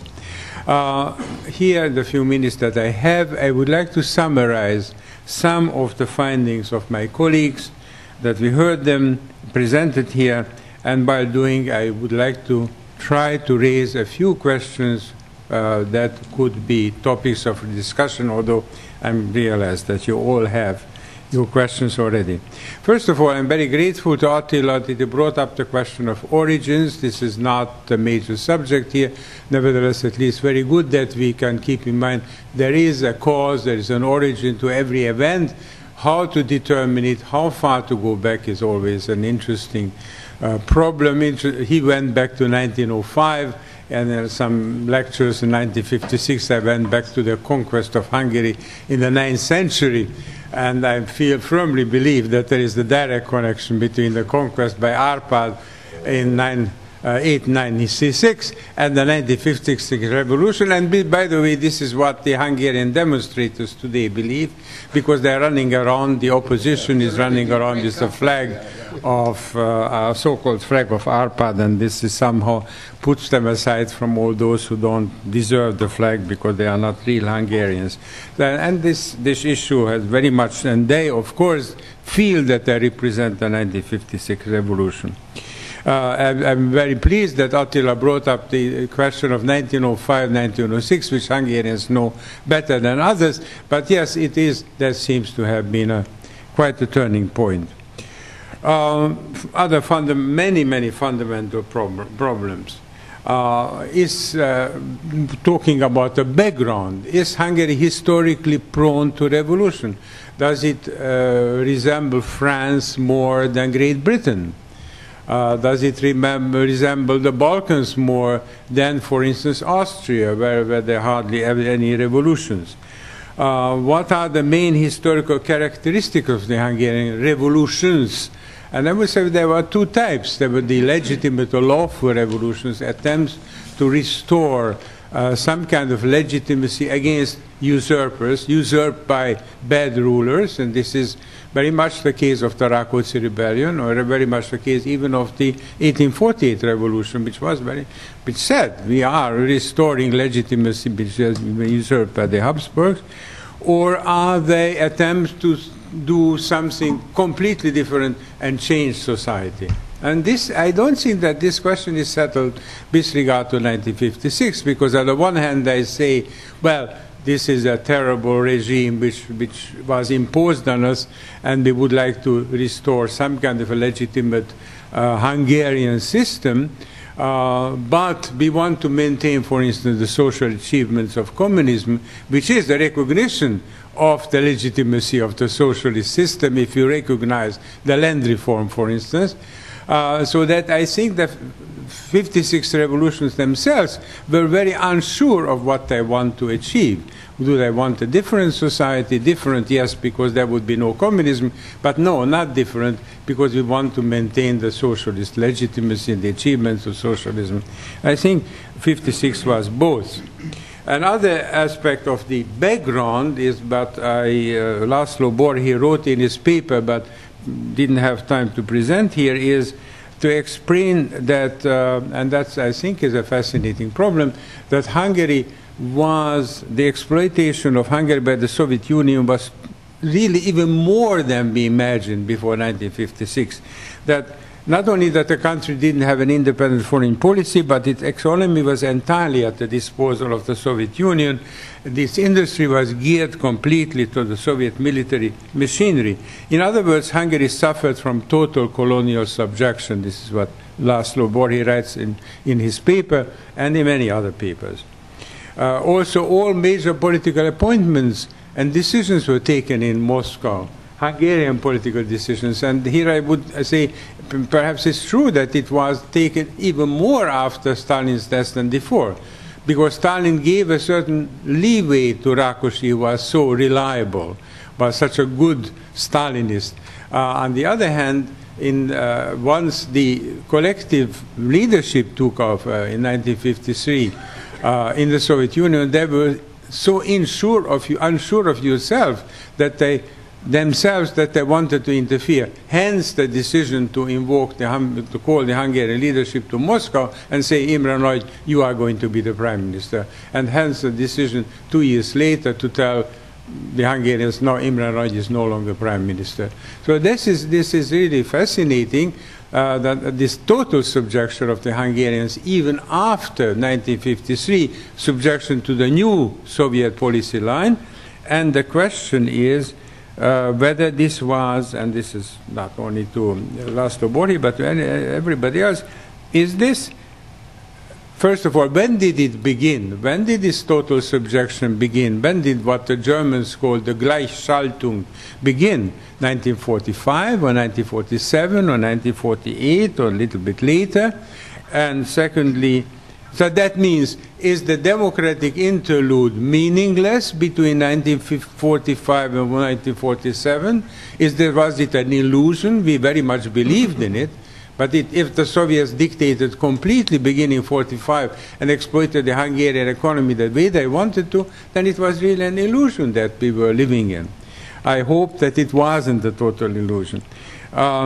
Also, a name that came up in history book, for instance, Charles Gattis before Skalska Poremba, 1947, in which he says there is a basic change in Soviet policy toward all the other communist parties. Is this no longer valid? Because the subjection started before, because there was absolutely no possibility for the communist parties to act on their own. So these are questions to which I would love to have answers, not that I expect the answers to come here.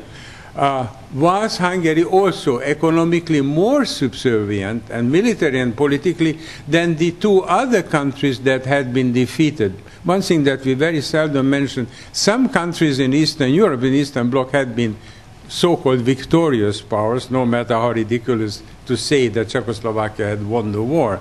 But they somehow managed to emerge victorious from it, with half of it being fascistic, Slovakia, and the other collaboration is being Moravia and Bohemia, but they emerged as victorious powers. So yes, fine, their treatment is different. But three countries were defeated countries, which had their armistice and peace imposed on them: Bulgaria, Romania, and Hungary. Finland also, but Finland did even better, just opted out of the whole thing. Well, was Hungary even more subjugated than Romania and Bulgaria? Next issue. All speakers agree that the Kremlin was unable to fathom the depths and extent of the Hungarian discontent. The Soviet leaders believed their own propaganda relative to the workers. When the bad news came from Hungary, they sought palliatives rather than true reform, such as replacing Rákosi with Gerő as the head of the party. That's a very fascinating question to me. Why were they so unable to judge? Because some of them were obviously more intelligent than others. Mikoyan is now coming up as sort of a quiet hero in the story. Did he see better and then the others constantly overruled him? Didn't the Soviet leaders understand that the Hungarian revolution, Hungarian events move in a much more dangerous direction than others? After all, they knew from personal experience, didn't they? Every Soviet leader knew from personal experience that a revolution is unbelievable chaos. Every revolution is chaotic. And the Hungarian revolution was unbelievably chaotic.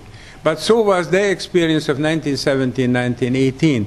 Didn't they understand that it needs a strong leader to overcome it?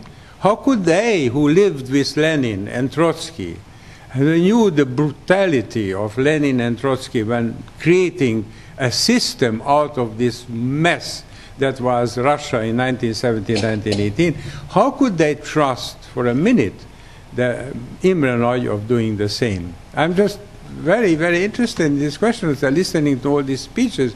Did they know from experience this modest NKVD agent and this modest agricultural expert is not going to be the one who will be ruthless enough to crack down on everybody around him in order to consolidate the situation? So how could they trust him in the beginning, and especially how could they trust him on October 30th?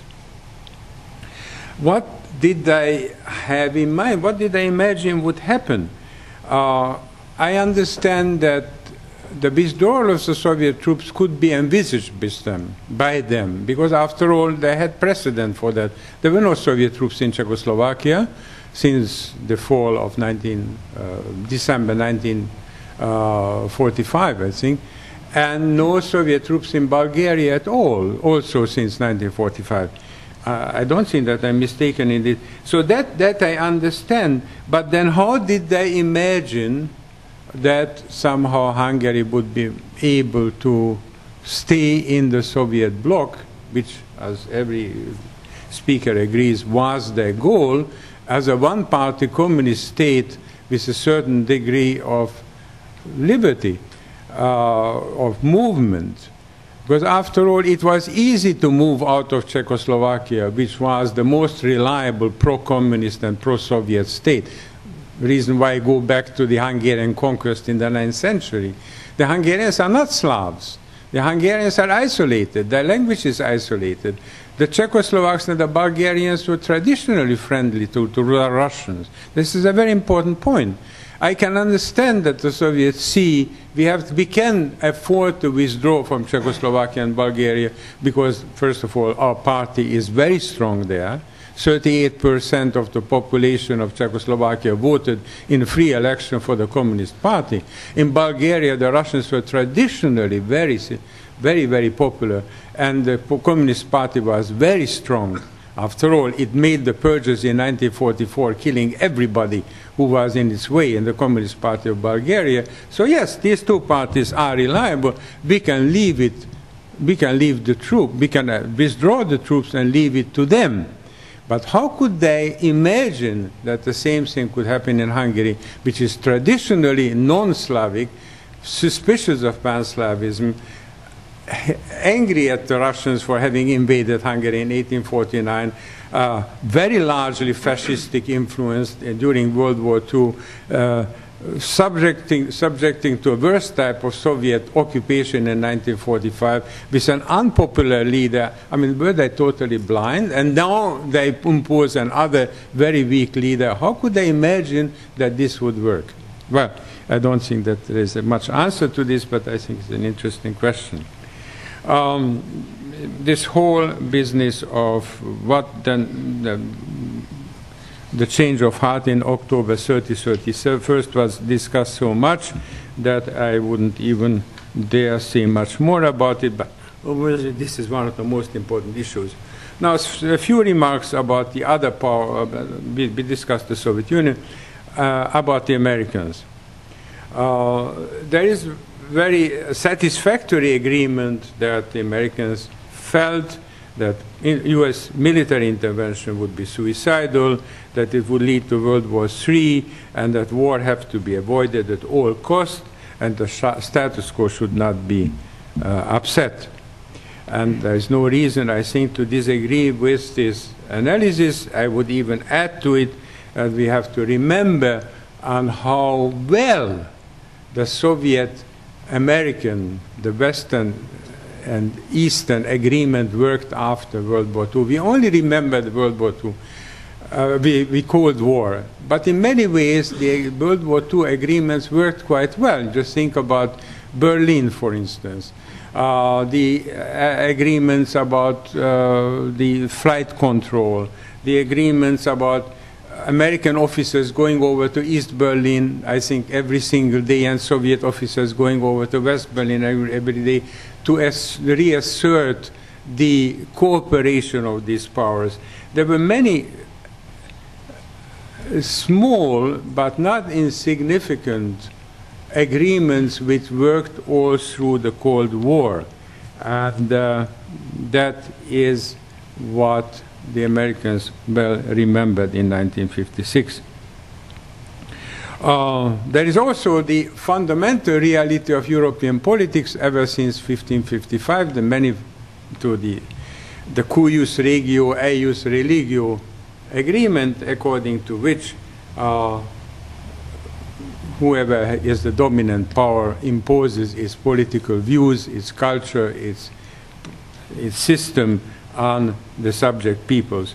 And many of the speakers refer to it that the bargain wasn't so bad for the West, because it got Western Europe, it got Italy and France and Greece in exchange for the much more backward Eastern Europe, and this is a system that worked quite well. In the papers less here, there was more discussion about the situation in Austria and Finland, and for instance, Csaba Békés sees the neutrality of Austria as more of an American concession than a Soviet concession, if I'm not mistaken. I wonder why. why it was more of a headache to the US than to the Soviet Union. I think it was a very good agreement for both sides.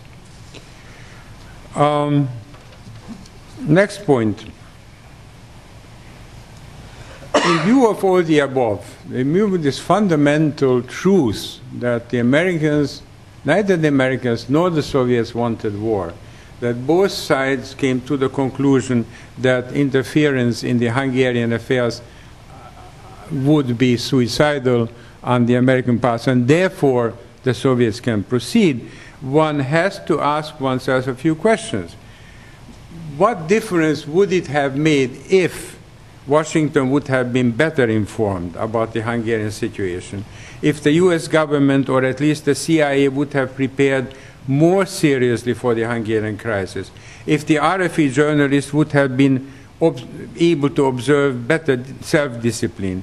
If Washington would not have regarded Imre Nagy as less anti-Soviet than Gomulka? If in Dulles' eyes Hungary would not have been less important than Poland? These are all these issues that are brought up. What difference? It wouldn't have made any difference, because the fundamental agreement was that nothing will be done and nothing should be done.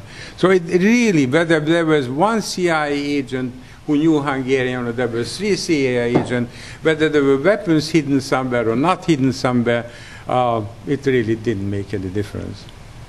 From the very beginning, it was clear that the Americans would not intervene. Nevertheless, since this is brought up so often, and RFE is brought up so often, and as some of you know, many of you know, I worked for RFE for a few years, fortunately no longer in 1956, not in Munich, I wasn't there for that. One or two remarks about the RFE and that American policy in general. The commentators and the critics are right that some of the broadcasts were outrageously bad, wild, incendiary. Although I had never heard them because I was already in New York, but of course now we get this. They tend to associate this kind of inflammatory propaganda with the right-wingers at Radio Free Europe. And there were certainly right-wingers. There were outright former fascists, like Laszlo Béri. There was a former officer, Julian Borsányi, who was the one who talked about how to make Molotov cocktails and how to blow up tanks and everything else. I just found out something quite terrible about this man recently, about what he had done during World War II. But the most aggressive propagandistic broadcasts were not by these right-wingers, but by two what I might almost call liberals or left-wingers. One was Zoltán Túri, whose remarks are repeated again and again, and now you see them in every newspaper. He was anything but a right-winger. And the other was the bête noire of all the critics, was Imre Mikes or Gallicus, who was a Jewish social democratic journalist from Transylvania. So we have to be careful about generalizations. Also, maybe we should at least mention occasionally that since these broadcasts were going on day and night, it would be better to see what the overall picture was and not only take out a sentence from here, one broadcast from there. After all, under these very difficult circumstances, dozens and dozens of people, many of them very untrained in world politics, were asked to make statements which, as it later turned out, were crucial in perverting or directing public opinion in Hungary. What about the other broadcasts? Were there no sane broadcasts? Did Gyula Borbándi also say such things? I know that he didn't. So that we should establish a more careful, balanced picture. In addition, we should not criticize Radio Free Europe while at the same time praising it for being free. It was a free station.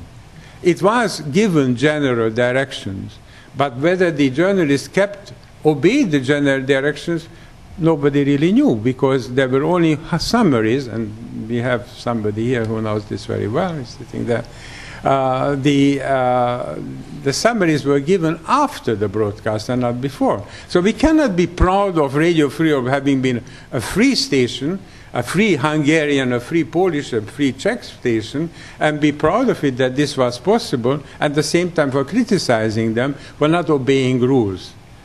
Well, maybe there should have been stricter rules. Maybe it should have been another Voice of America, or there should have been no Radio Free Europe. But there was a Radio Free Europe, it was established, and the journalists did what they felt was right.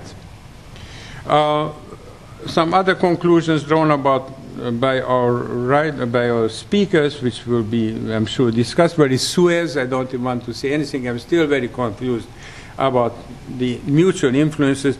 I just would like to say that if anybody is interested in doing research on this subject, the connection between Suez crisis, the Middle East crisis, and the Hungarian crisis, much more research should be done. I was at a conference with you in which these issues were brought up. There were speakers on Suez and there were speakers on Hungary, and the hope was that they would somehow connect the two events. But they didn't connect the two events at all, because for the Egyptian experts, the Tunisian experts, the Iraqi experts, and the others, those experts, the Hungarian event did not count at all. They didn't even bring it up.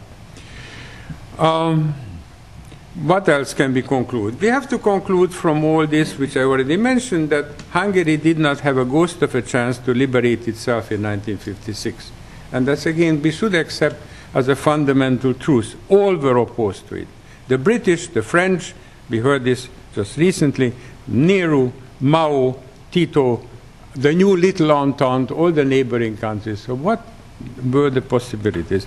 Only Franco's Spain offered some material help that the Americans, of course, stopped that very quickly. Why are the Hungarians, why is the Hungarian public opinion still thinking in terms of maybe help could have come? It couldn't have come. Hungary was not betrayed, but that was a fact that we should have accepted a long time ago. What did the revolution achieve? Well, here I will be a little bit cynical. I was deeply impressed by the successes of the Soviet Union. What difference does it make that some Western intellectuals temporarily, in the case of Jean-Paul Sartre, for instance, turned against the Soviet Union because he went back? Others, like Camus, were always suspicious of the Soviet Union and remained suspicious. Nevertheless, it seems to me that there is some connection between the intellectuals' disillusionment after 1956 and developments much later, especially when it became possible to penetrate the Iron Curtain through television. When Western fashion spread into Eastern Europe, and when there were fewer and fewer Western intellectuals who were enamored with the East. We can't measure this, but I think that its significance is there. What is the point of revolutions in general? That is, again, very hard to answer. I'm finishing with this.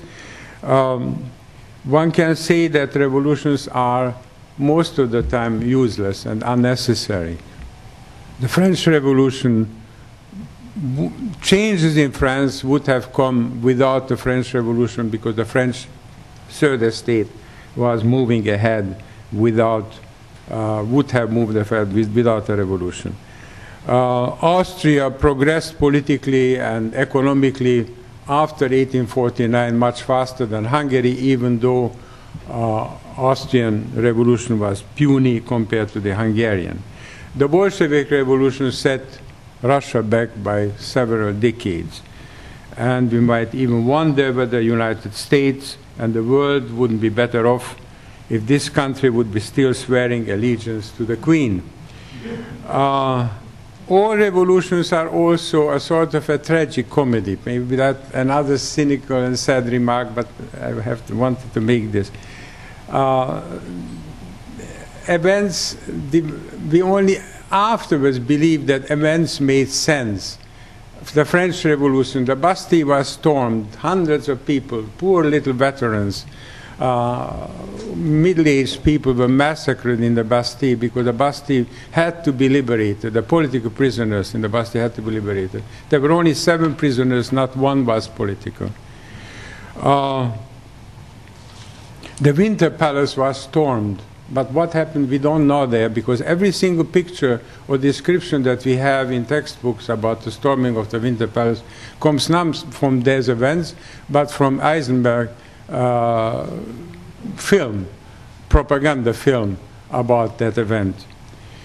And the 3 great Hungarian massacres that we talk about so often, and that the film showed yesterday, the radio, storming of the radio, October 23, the Parliament massacre on October 25, Republic Square on October 30th, were not what the Hungarians like to believe. We don't know who started the shooting and the radio. It was not necessarily the political police. We don't know who started the shooting at Parliament building. It's very likely that it was just confusion and that Russians were shooting tanks were shooting because they thought they were being attacked, which wasn't the case. And Republic Square, of course, what was the essence of Republic Square? The rumor that there are casemates under the party building in which thousands of political prisoners are held, and it turned out that there were no such casemates. So then the ultimate conclusion is that maybe the only use of revolution is that they allow brave people to die in the hope of thereby improving the human condition. Thank you very much.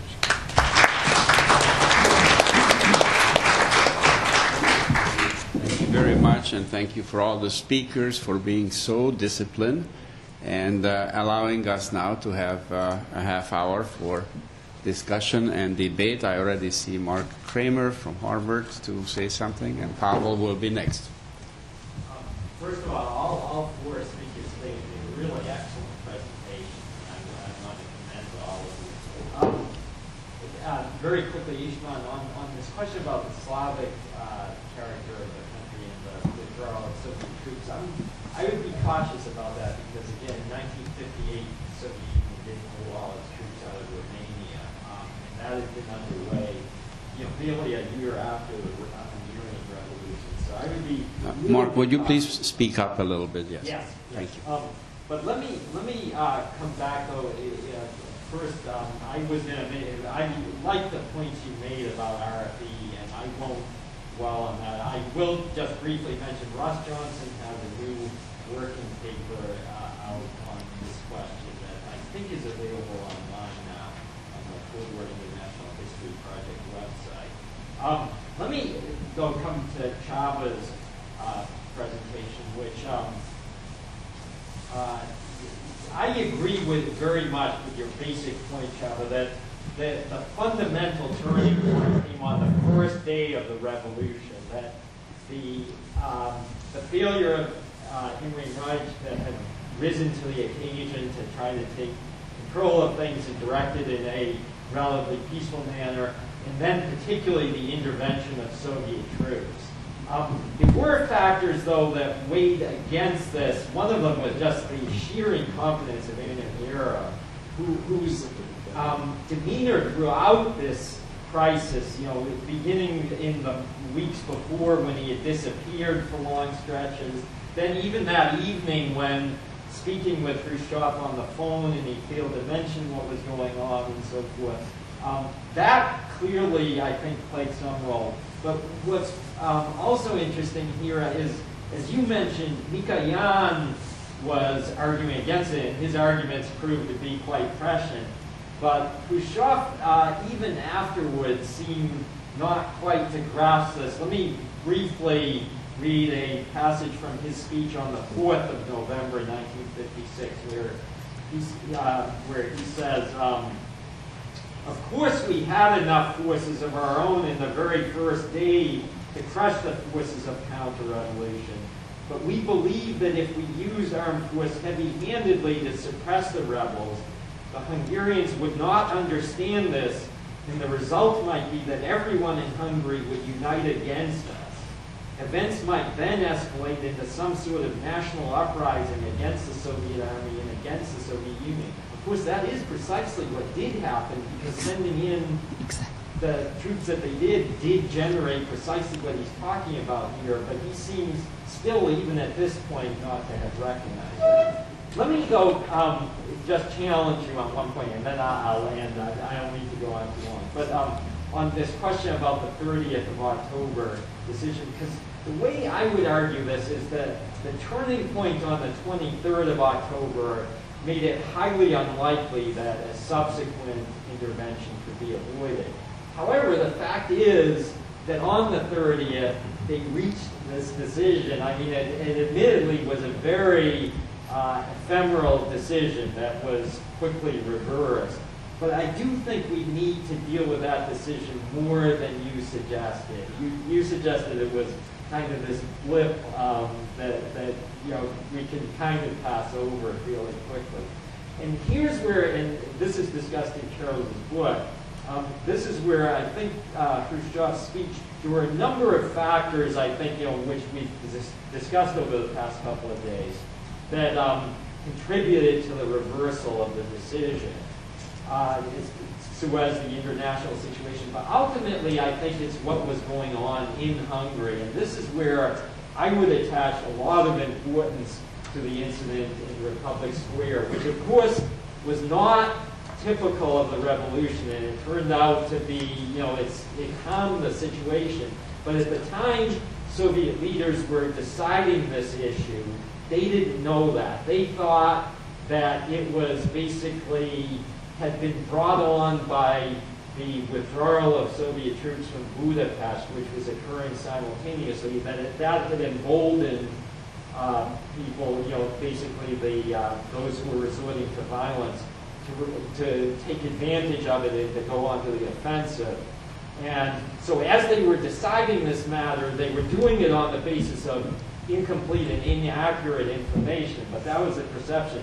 Let me again, and I'll finish with this, let me just, this comes across, I think, quite well in Khrushchev's speech on the 4th of November. Again, this speech was given as Soviet troops were moving into Hungary to crush the revolution. And he says, this speech was given to the senior party officials to explain it. He says, at one point it seemed that the newly formed government in Hungary was more or less coping with events and somehow exerting influence over them and taking control of the situation into its own hands. They requested that we withdraw our troops from Budapest, arguing that the withdrawal of Soviet troops will create for the government conditions of trust among the insurgents and the people, and will give them the opportunity to move events into a definite channel that would preserve socialist gains in Hungary. We did this. Soviet troops were withdrawn from Budapest. However, this not only failed to improve the situation, but on the contrary, fueled the counter-revolution even more strongly. As the reactionaries themselves later acknowledged, they lacked sufficient patience and restraint, and they swiftly began to reveal their true face. They cast off their earlier disguise of being defenders of the nation and embarked on bloody terror and murder and resorted to the shooting and lynching of communists and honest workers on the public square. They began by going after the Chekists and then began hunting down the most revolutionary officials of the Hungarian Communist Party, etc. So he, you know, that incident, I think I wouldn't underestimate its importance in Soviet decision-making at that crucial time. Like it wasn't where events did go, but they assumed at that time that that is where it was leading. Thank you very much. Before I give the floor to Pavel, let me just add a comment myself. In case you don't know, Mark Kramer translated and annotated and I think brilliantly analyzed Soviet decision-making on the basis of the Malin notes. The other person who did this is a Hungarian. Curiously enough, the Russians published the Malin notes without any significant interpretation. The other is the director of the 1956 Institute, János Reiner, who is not with us here today. But I do have his book about decision-making in the Kremlin in 1956. And he writes there, he concludes his his tour de force, I have to say, the interpretation of every word that was uttered in the Kremlin. And there on pages 153, 54, he speaks of two possible interpretations of Soviet decision-making during the Hungarian crisis.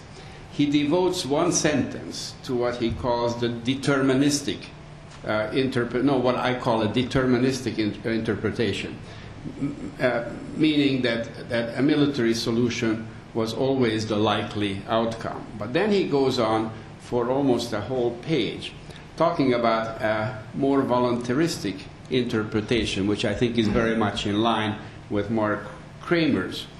And then he writes, and this is my translation, not that great, he concludes by saying that the possibilities were more open, the leaders were more confused, divided, and some of them, notably Khrushchev, were of two minds than many used to believe, end quote. Reiner's own conclusion is explicit, that the Mali notes tend to strengthen the second interpretation, which is to say the voluntaristic one. I don't think this contradicts what Professor Deák and Békés have argued, that basically that everything was decided in Tehran, quote unquote. I don't think this contradicts it, but I think it does suggest that chances were, in Reiner's word, present and more open, and that there were very serious debates in the Kremlin, I think guided primarily by their political desire to keep de-Stalinization going. Excuse for this interpretation, but the point was made, so I have to add this. Pavel? I have a question, not a comment, a question to Bloc. You mentioned the current discussions in Hungary regarding the political and ideological orientation of the revolution, regarding the various currents within the revolutionary movement. Could you elaborate a little bit more on it? What are the most recent findings? Everybody or what are the positions taken in the current discussions in Hungary regarding this issue? Could you wait a second, and then let me just take maybe one or two more. The gentleman here had a hand up. Yeah, I'm sorry, I don't know you. I have a general question to Attila Pope. Could you please speak up? Another question to Attila Pope. Because it was very illuminating paper, but my general question is how, maybe for all of you, what is the place of this 56 in Hungarian memory, collective memory today? Because I had that impression, the main questions of this conference was how to prevent it, how did it happen. So, especially in this universal, there was, this is a meaningless tragedy in a sense, without consequences. A bit similar, to the older interpretation of the Warsaw Uprising 44 in Poland. So, it has changed a little. And then the third question is how it contributed to legitimize the reformist way, later Kader and the change, the transformation. In Poland, as you probably know, there's a now syndrome, especially among the people who were very young during Solidarność revolution.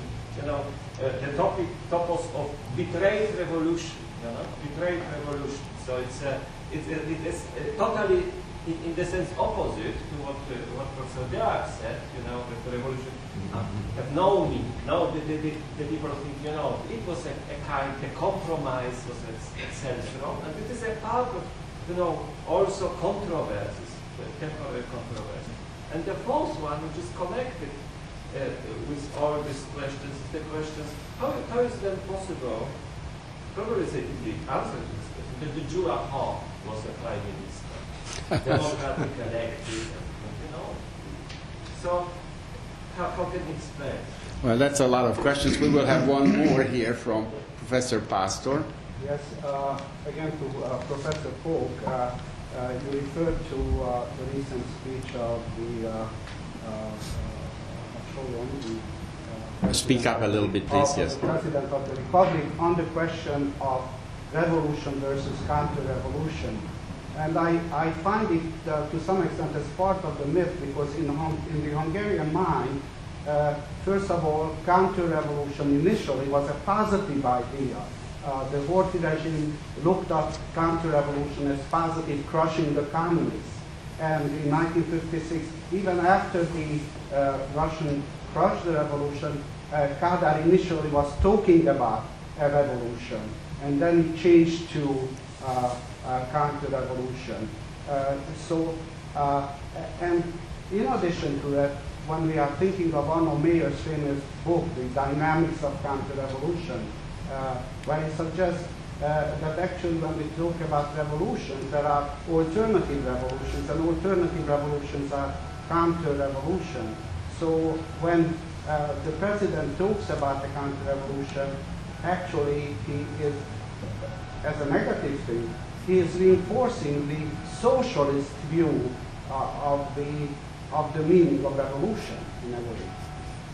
Okay, I'm going to give our speakers here a chance, and then if there is still time, there will be time for further questions. I just ask. We'll start with Professor Polk, and I'll just ask for very brief replies, though, please. Well, it's a commonplace that answering the very much connected questions would call, of course, for 3 or 4 hours to give you a short outline. But I think I would start with 89. I think one of the major taboos, or the number one taboo of the Kadar regime, was you can do anything, or within certain limitations, but 1956 shouldn't be discussed. 1956 is not part of the present, but 1956 is the past. 1956 is the finished event.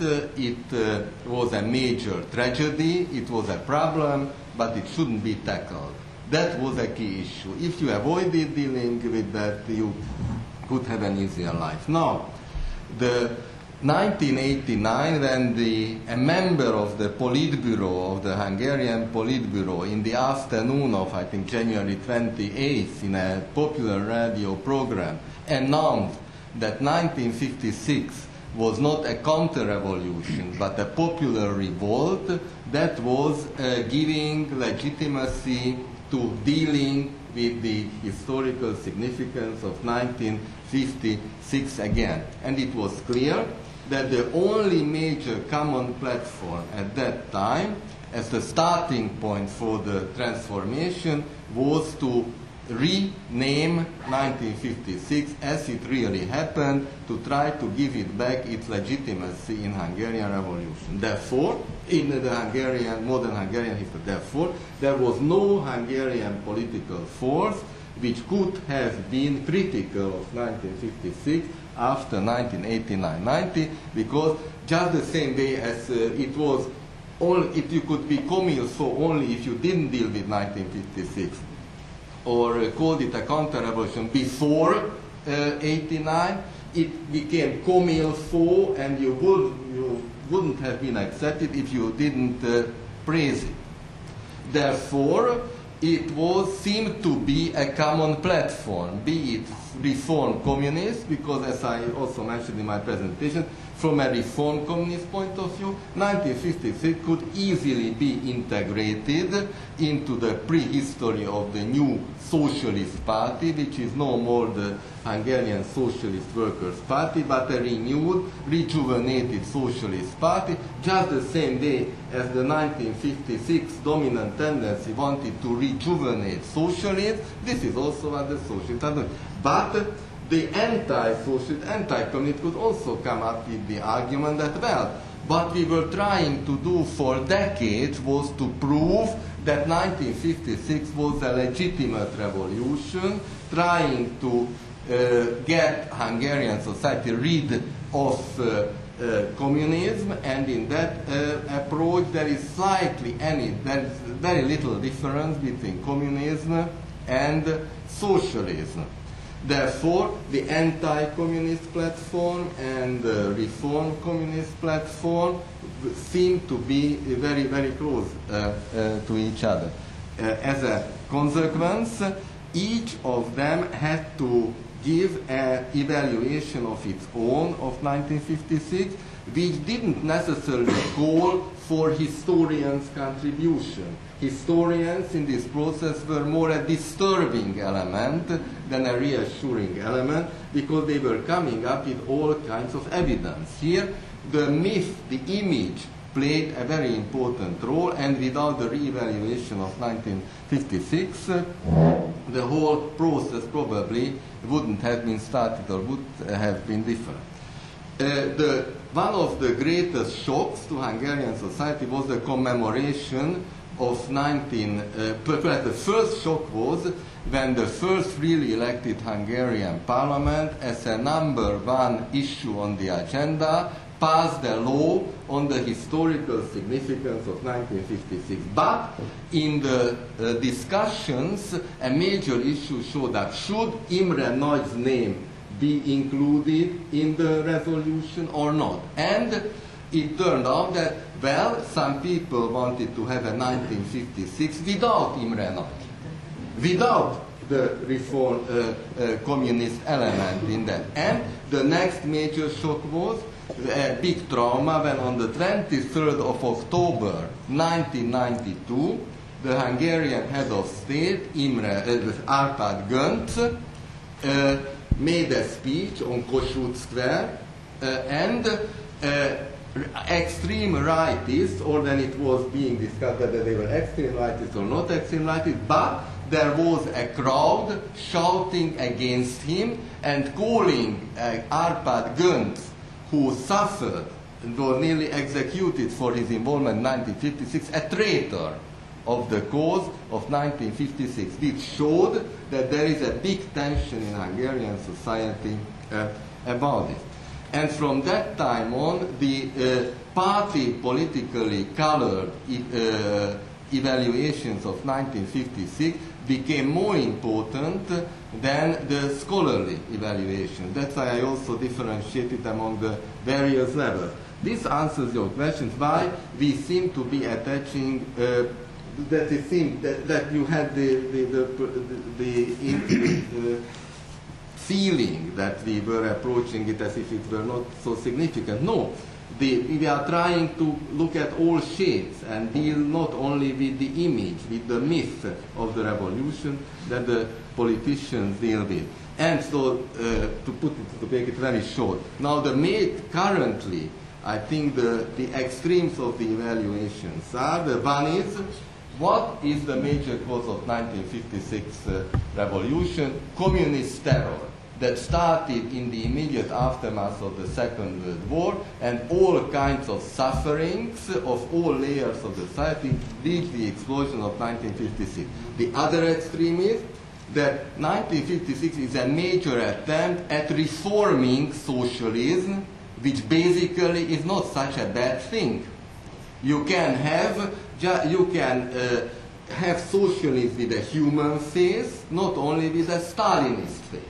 Just the same way as it is now argued that perhaps we would need a capitalism with a human face, not only with the cruel face.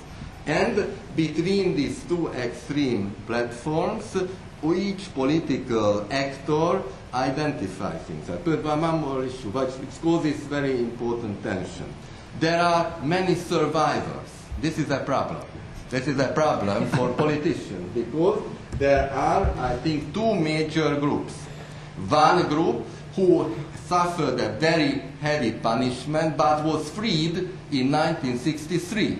And many of these, in the aftermath, got prominent positions, became accepted writers, became celebrities, be them writers or actors or whoever, but they were some of them were nearly sentenced to death. Others who were not so famous, belonged to unskilled workers or skilled workers, were not freed in 1963 because they were declared having been not political, having been sentenced not for political crime but common crimes, but in fact they were sentenced to very long sentences for political crimes. And they were suffering in prison in until 70, 71, 72, and now they argue that how is it that in all the positions representing the heritage of 1956, it's basically the 63ers who are there, and there is not enough attention paid to our suffering. We didn't make any ends, we are not trying to profit. This is Maria Wittner's type of approach.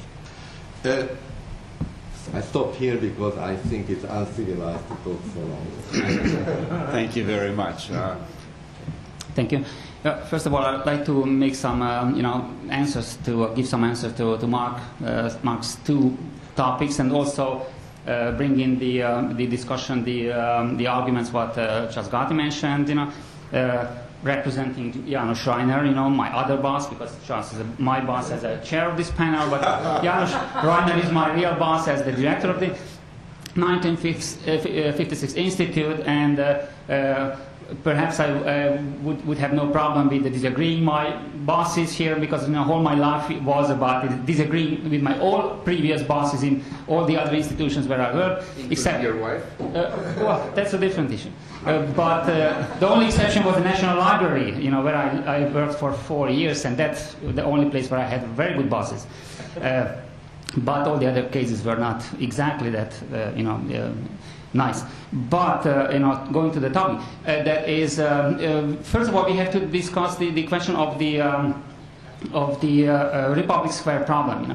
But the big problem here for me is that we don't have enough information. What you brought in here is a very important piece, the 4th of November speech of Khrushchev, which is a new piece, and this is a new finding, a new evidence. But also the problem is that it's after the decision. So it's a kind of argument which is being given to the party leaders, to convince them what and how it was possible and how it was necessary to crack down on Hungary now.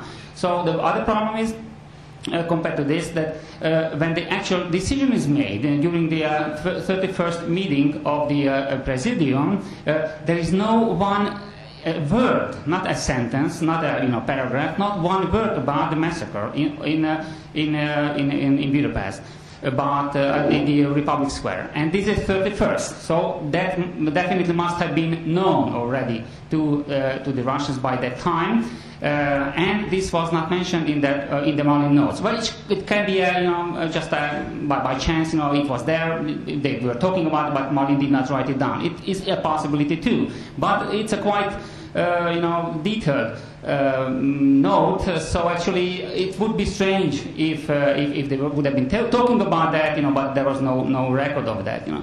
It still does not mean that this was not a factor, or this was not an important factor. Because also the other thing is very important to remember, if you read the Malin notes very carefully, you will see that the decision to intervene in Hungary was not made during that meeting. Well, formally, yes, they are discussing it, they are voting on it, but you can feel it very well, when you read the text, that Khrushchev enters the room with a decision made, which had been made the night before, the sleepless night, what he mentions, and we don't know anything about that night. And perhaps, from the text it's also very clear that it's not that Khrushchev comes with a changed mind and comes to the comrades, well, comrades, yesterday we were talking about withdrawing troops from Hungary, but now I have a good and a better idea, so let's crack down on Hungary, and what do you think about this? It's not like this. No. He comes, and all the others knew what was going on. So there is no any real resistance.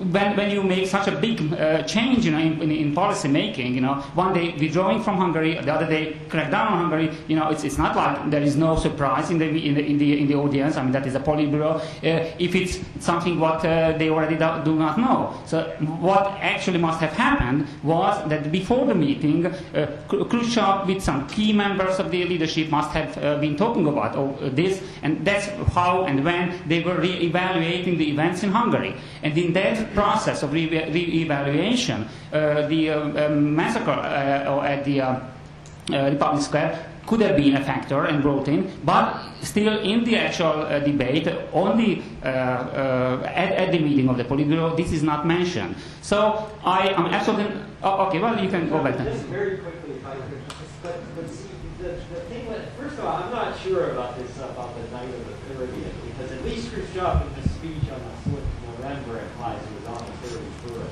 But that's just a detail, though, in any case.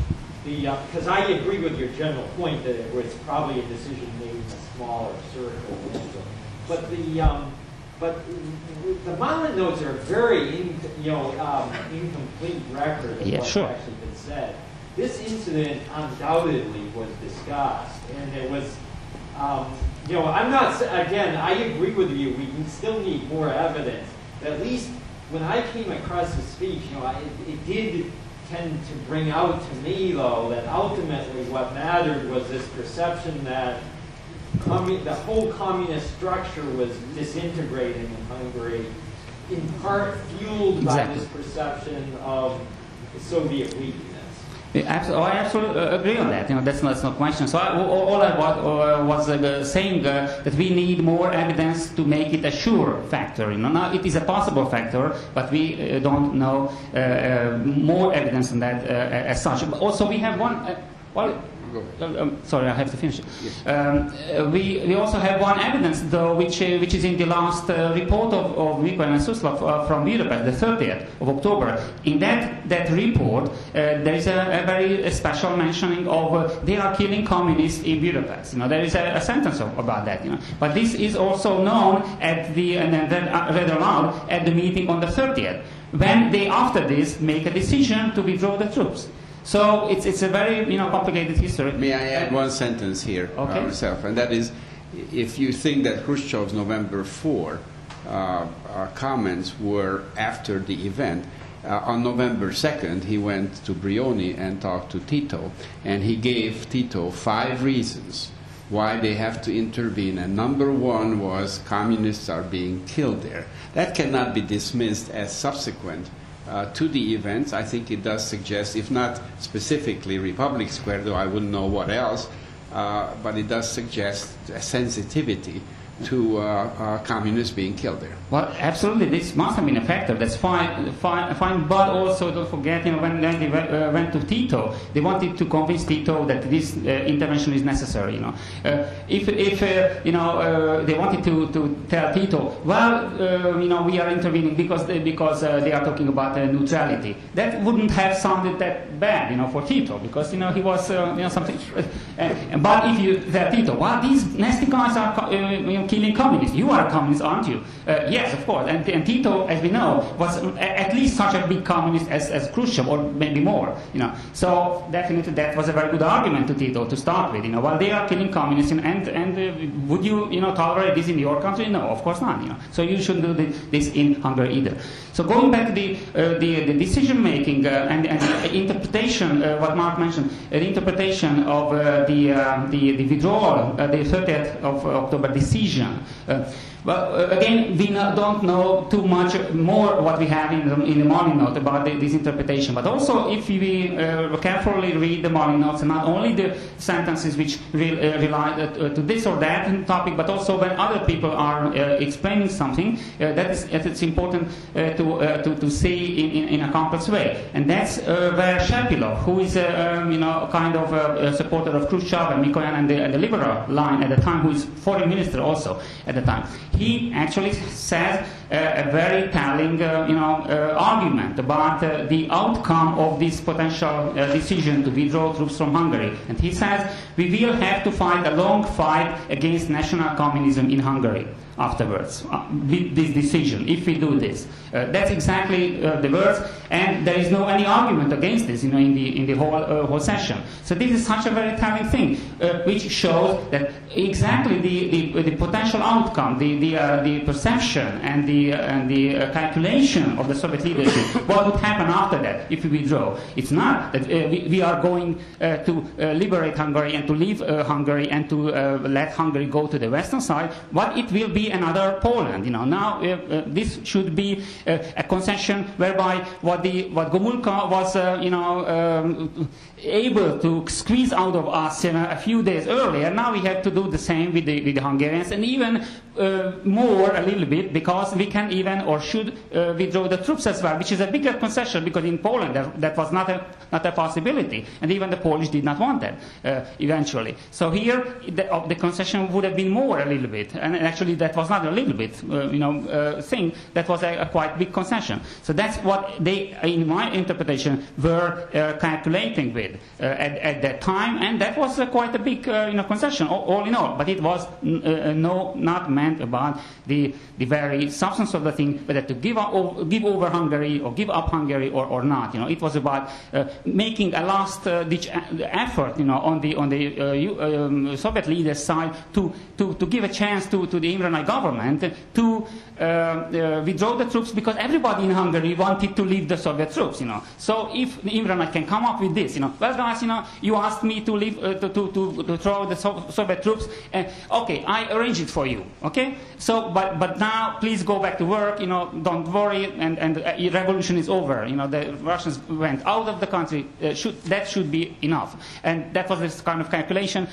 Imre Nagy, after this, could have been or should have been able, in the Soviet thinking, stabilize the situation. But exactly because the dynamism of the revolution, what I was talking about earlier, everything was already out of hand. Not only for Imre Nagy, for anybody in the country. So that's how, by the next day, the Russians came to the conclusion that all the disintegration, information what they had already about the party, everything that meant a new situation which could not be solved otherwise than by intervention.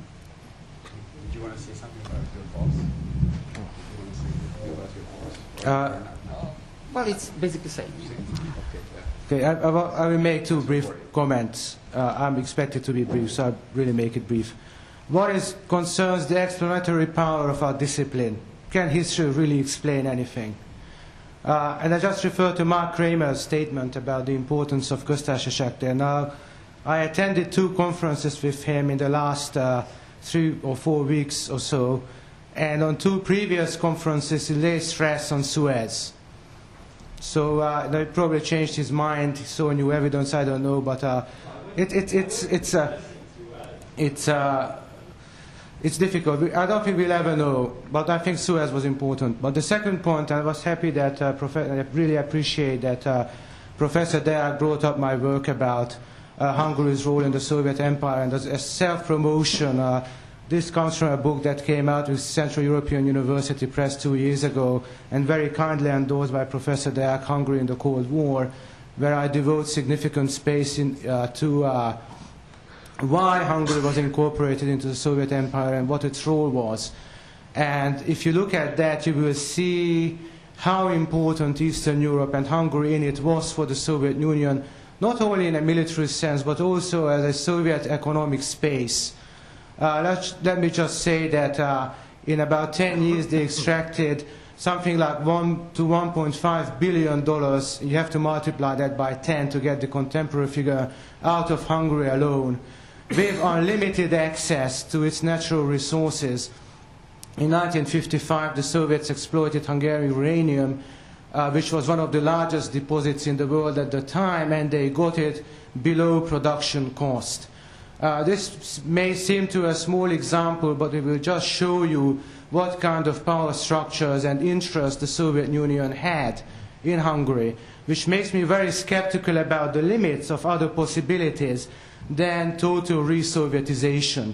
Now, I'm not saying that a historical event is foreordained, and I'm not saying that a unique historical event has to take the outcome that it does take in history, that there are no other possibilities. But in actual fact, I don't think we will ever know. We will ever know.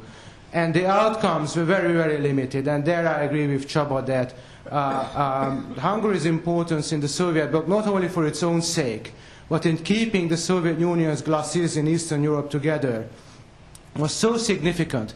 I mean, the Soviets up to 1988 considered giving East Germany up in 1952, 1953, but never Eastern Europe. Consider that. Up to 88. And there's a reason for that.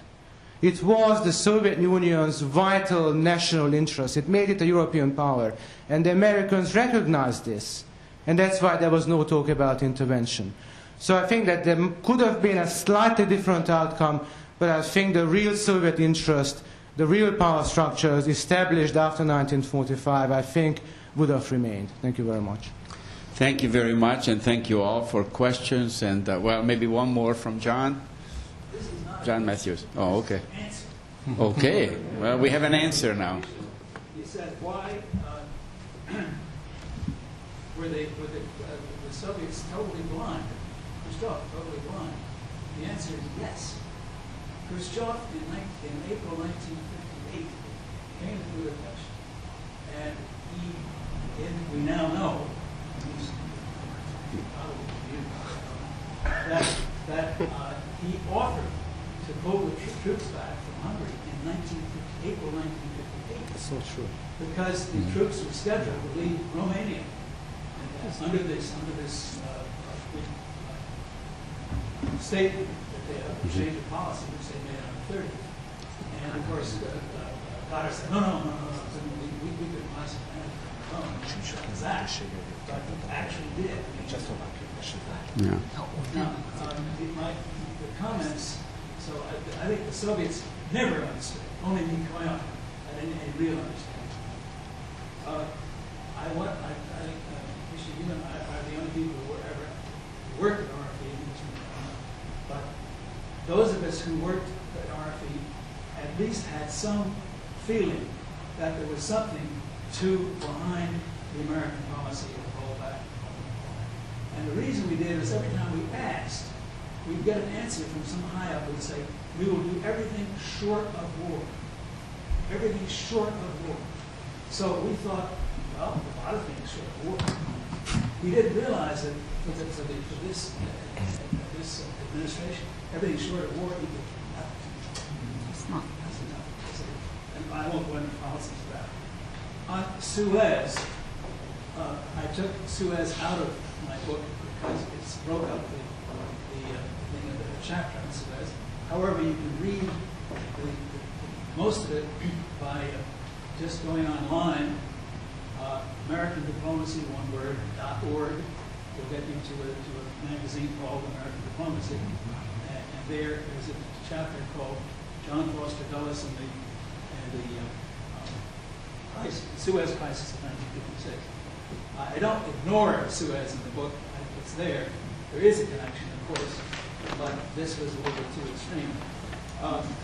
I'm worried about this use by all of the panel and everybody else of the word massacre in connection with the events of the fighting in the Parliament Square in the 30s. Parliament Square was a massacre. No one no eyewitness in Parliament Square ever said there were less than 300 people. Less than 300 before the United Nations. Montemanjarova was 92 people killed in Montemanjarova. Probably not more than a dozen were actually killed and it followed 2 or 3 hours of fighting in which the AVO had killed innocent people standing in food lines before anybody started fighting. And people had seen people running along with stretchers being shot down, in white coats being shot down by the AVO. People were infuriated. And it was a mob. Yes, it was a mob. It was an infuriated mob. It was made infuriated. So it wasn't a calculated massacre as these other two things were. And I think we all ought to know that. Now, as to the great change, as I say in my book, I think Khrushchev says in his memoirs that he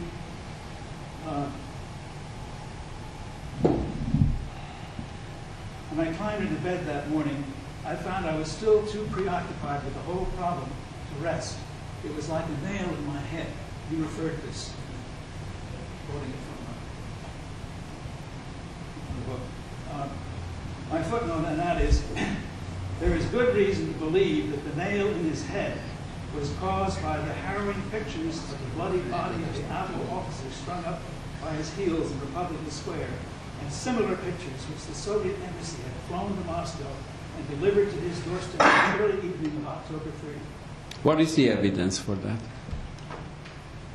I don't have it here. As you know, John, I happen to agree with you a great deal, but unfortunately I have searched for evidence about those awful pictures being delivered.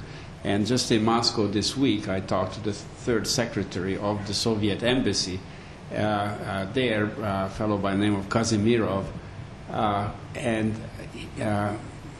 who after Khrushchev was the next important person in line there. And he tells me that they did not have the ability to get a picture or those pictures so quickly to Moscow. He does say that on the secret phone line, what was it called, the Veiche, they did get full reports about those murders, and that both Andropov and his wife, particularly the wife, very concerned that after the Republic Square, the crowd may come in to the Soviet embassy itself, and they were scared of that.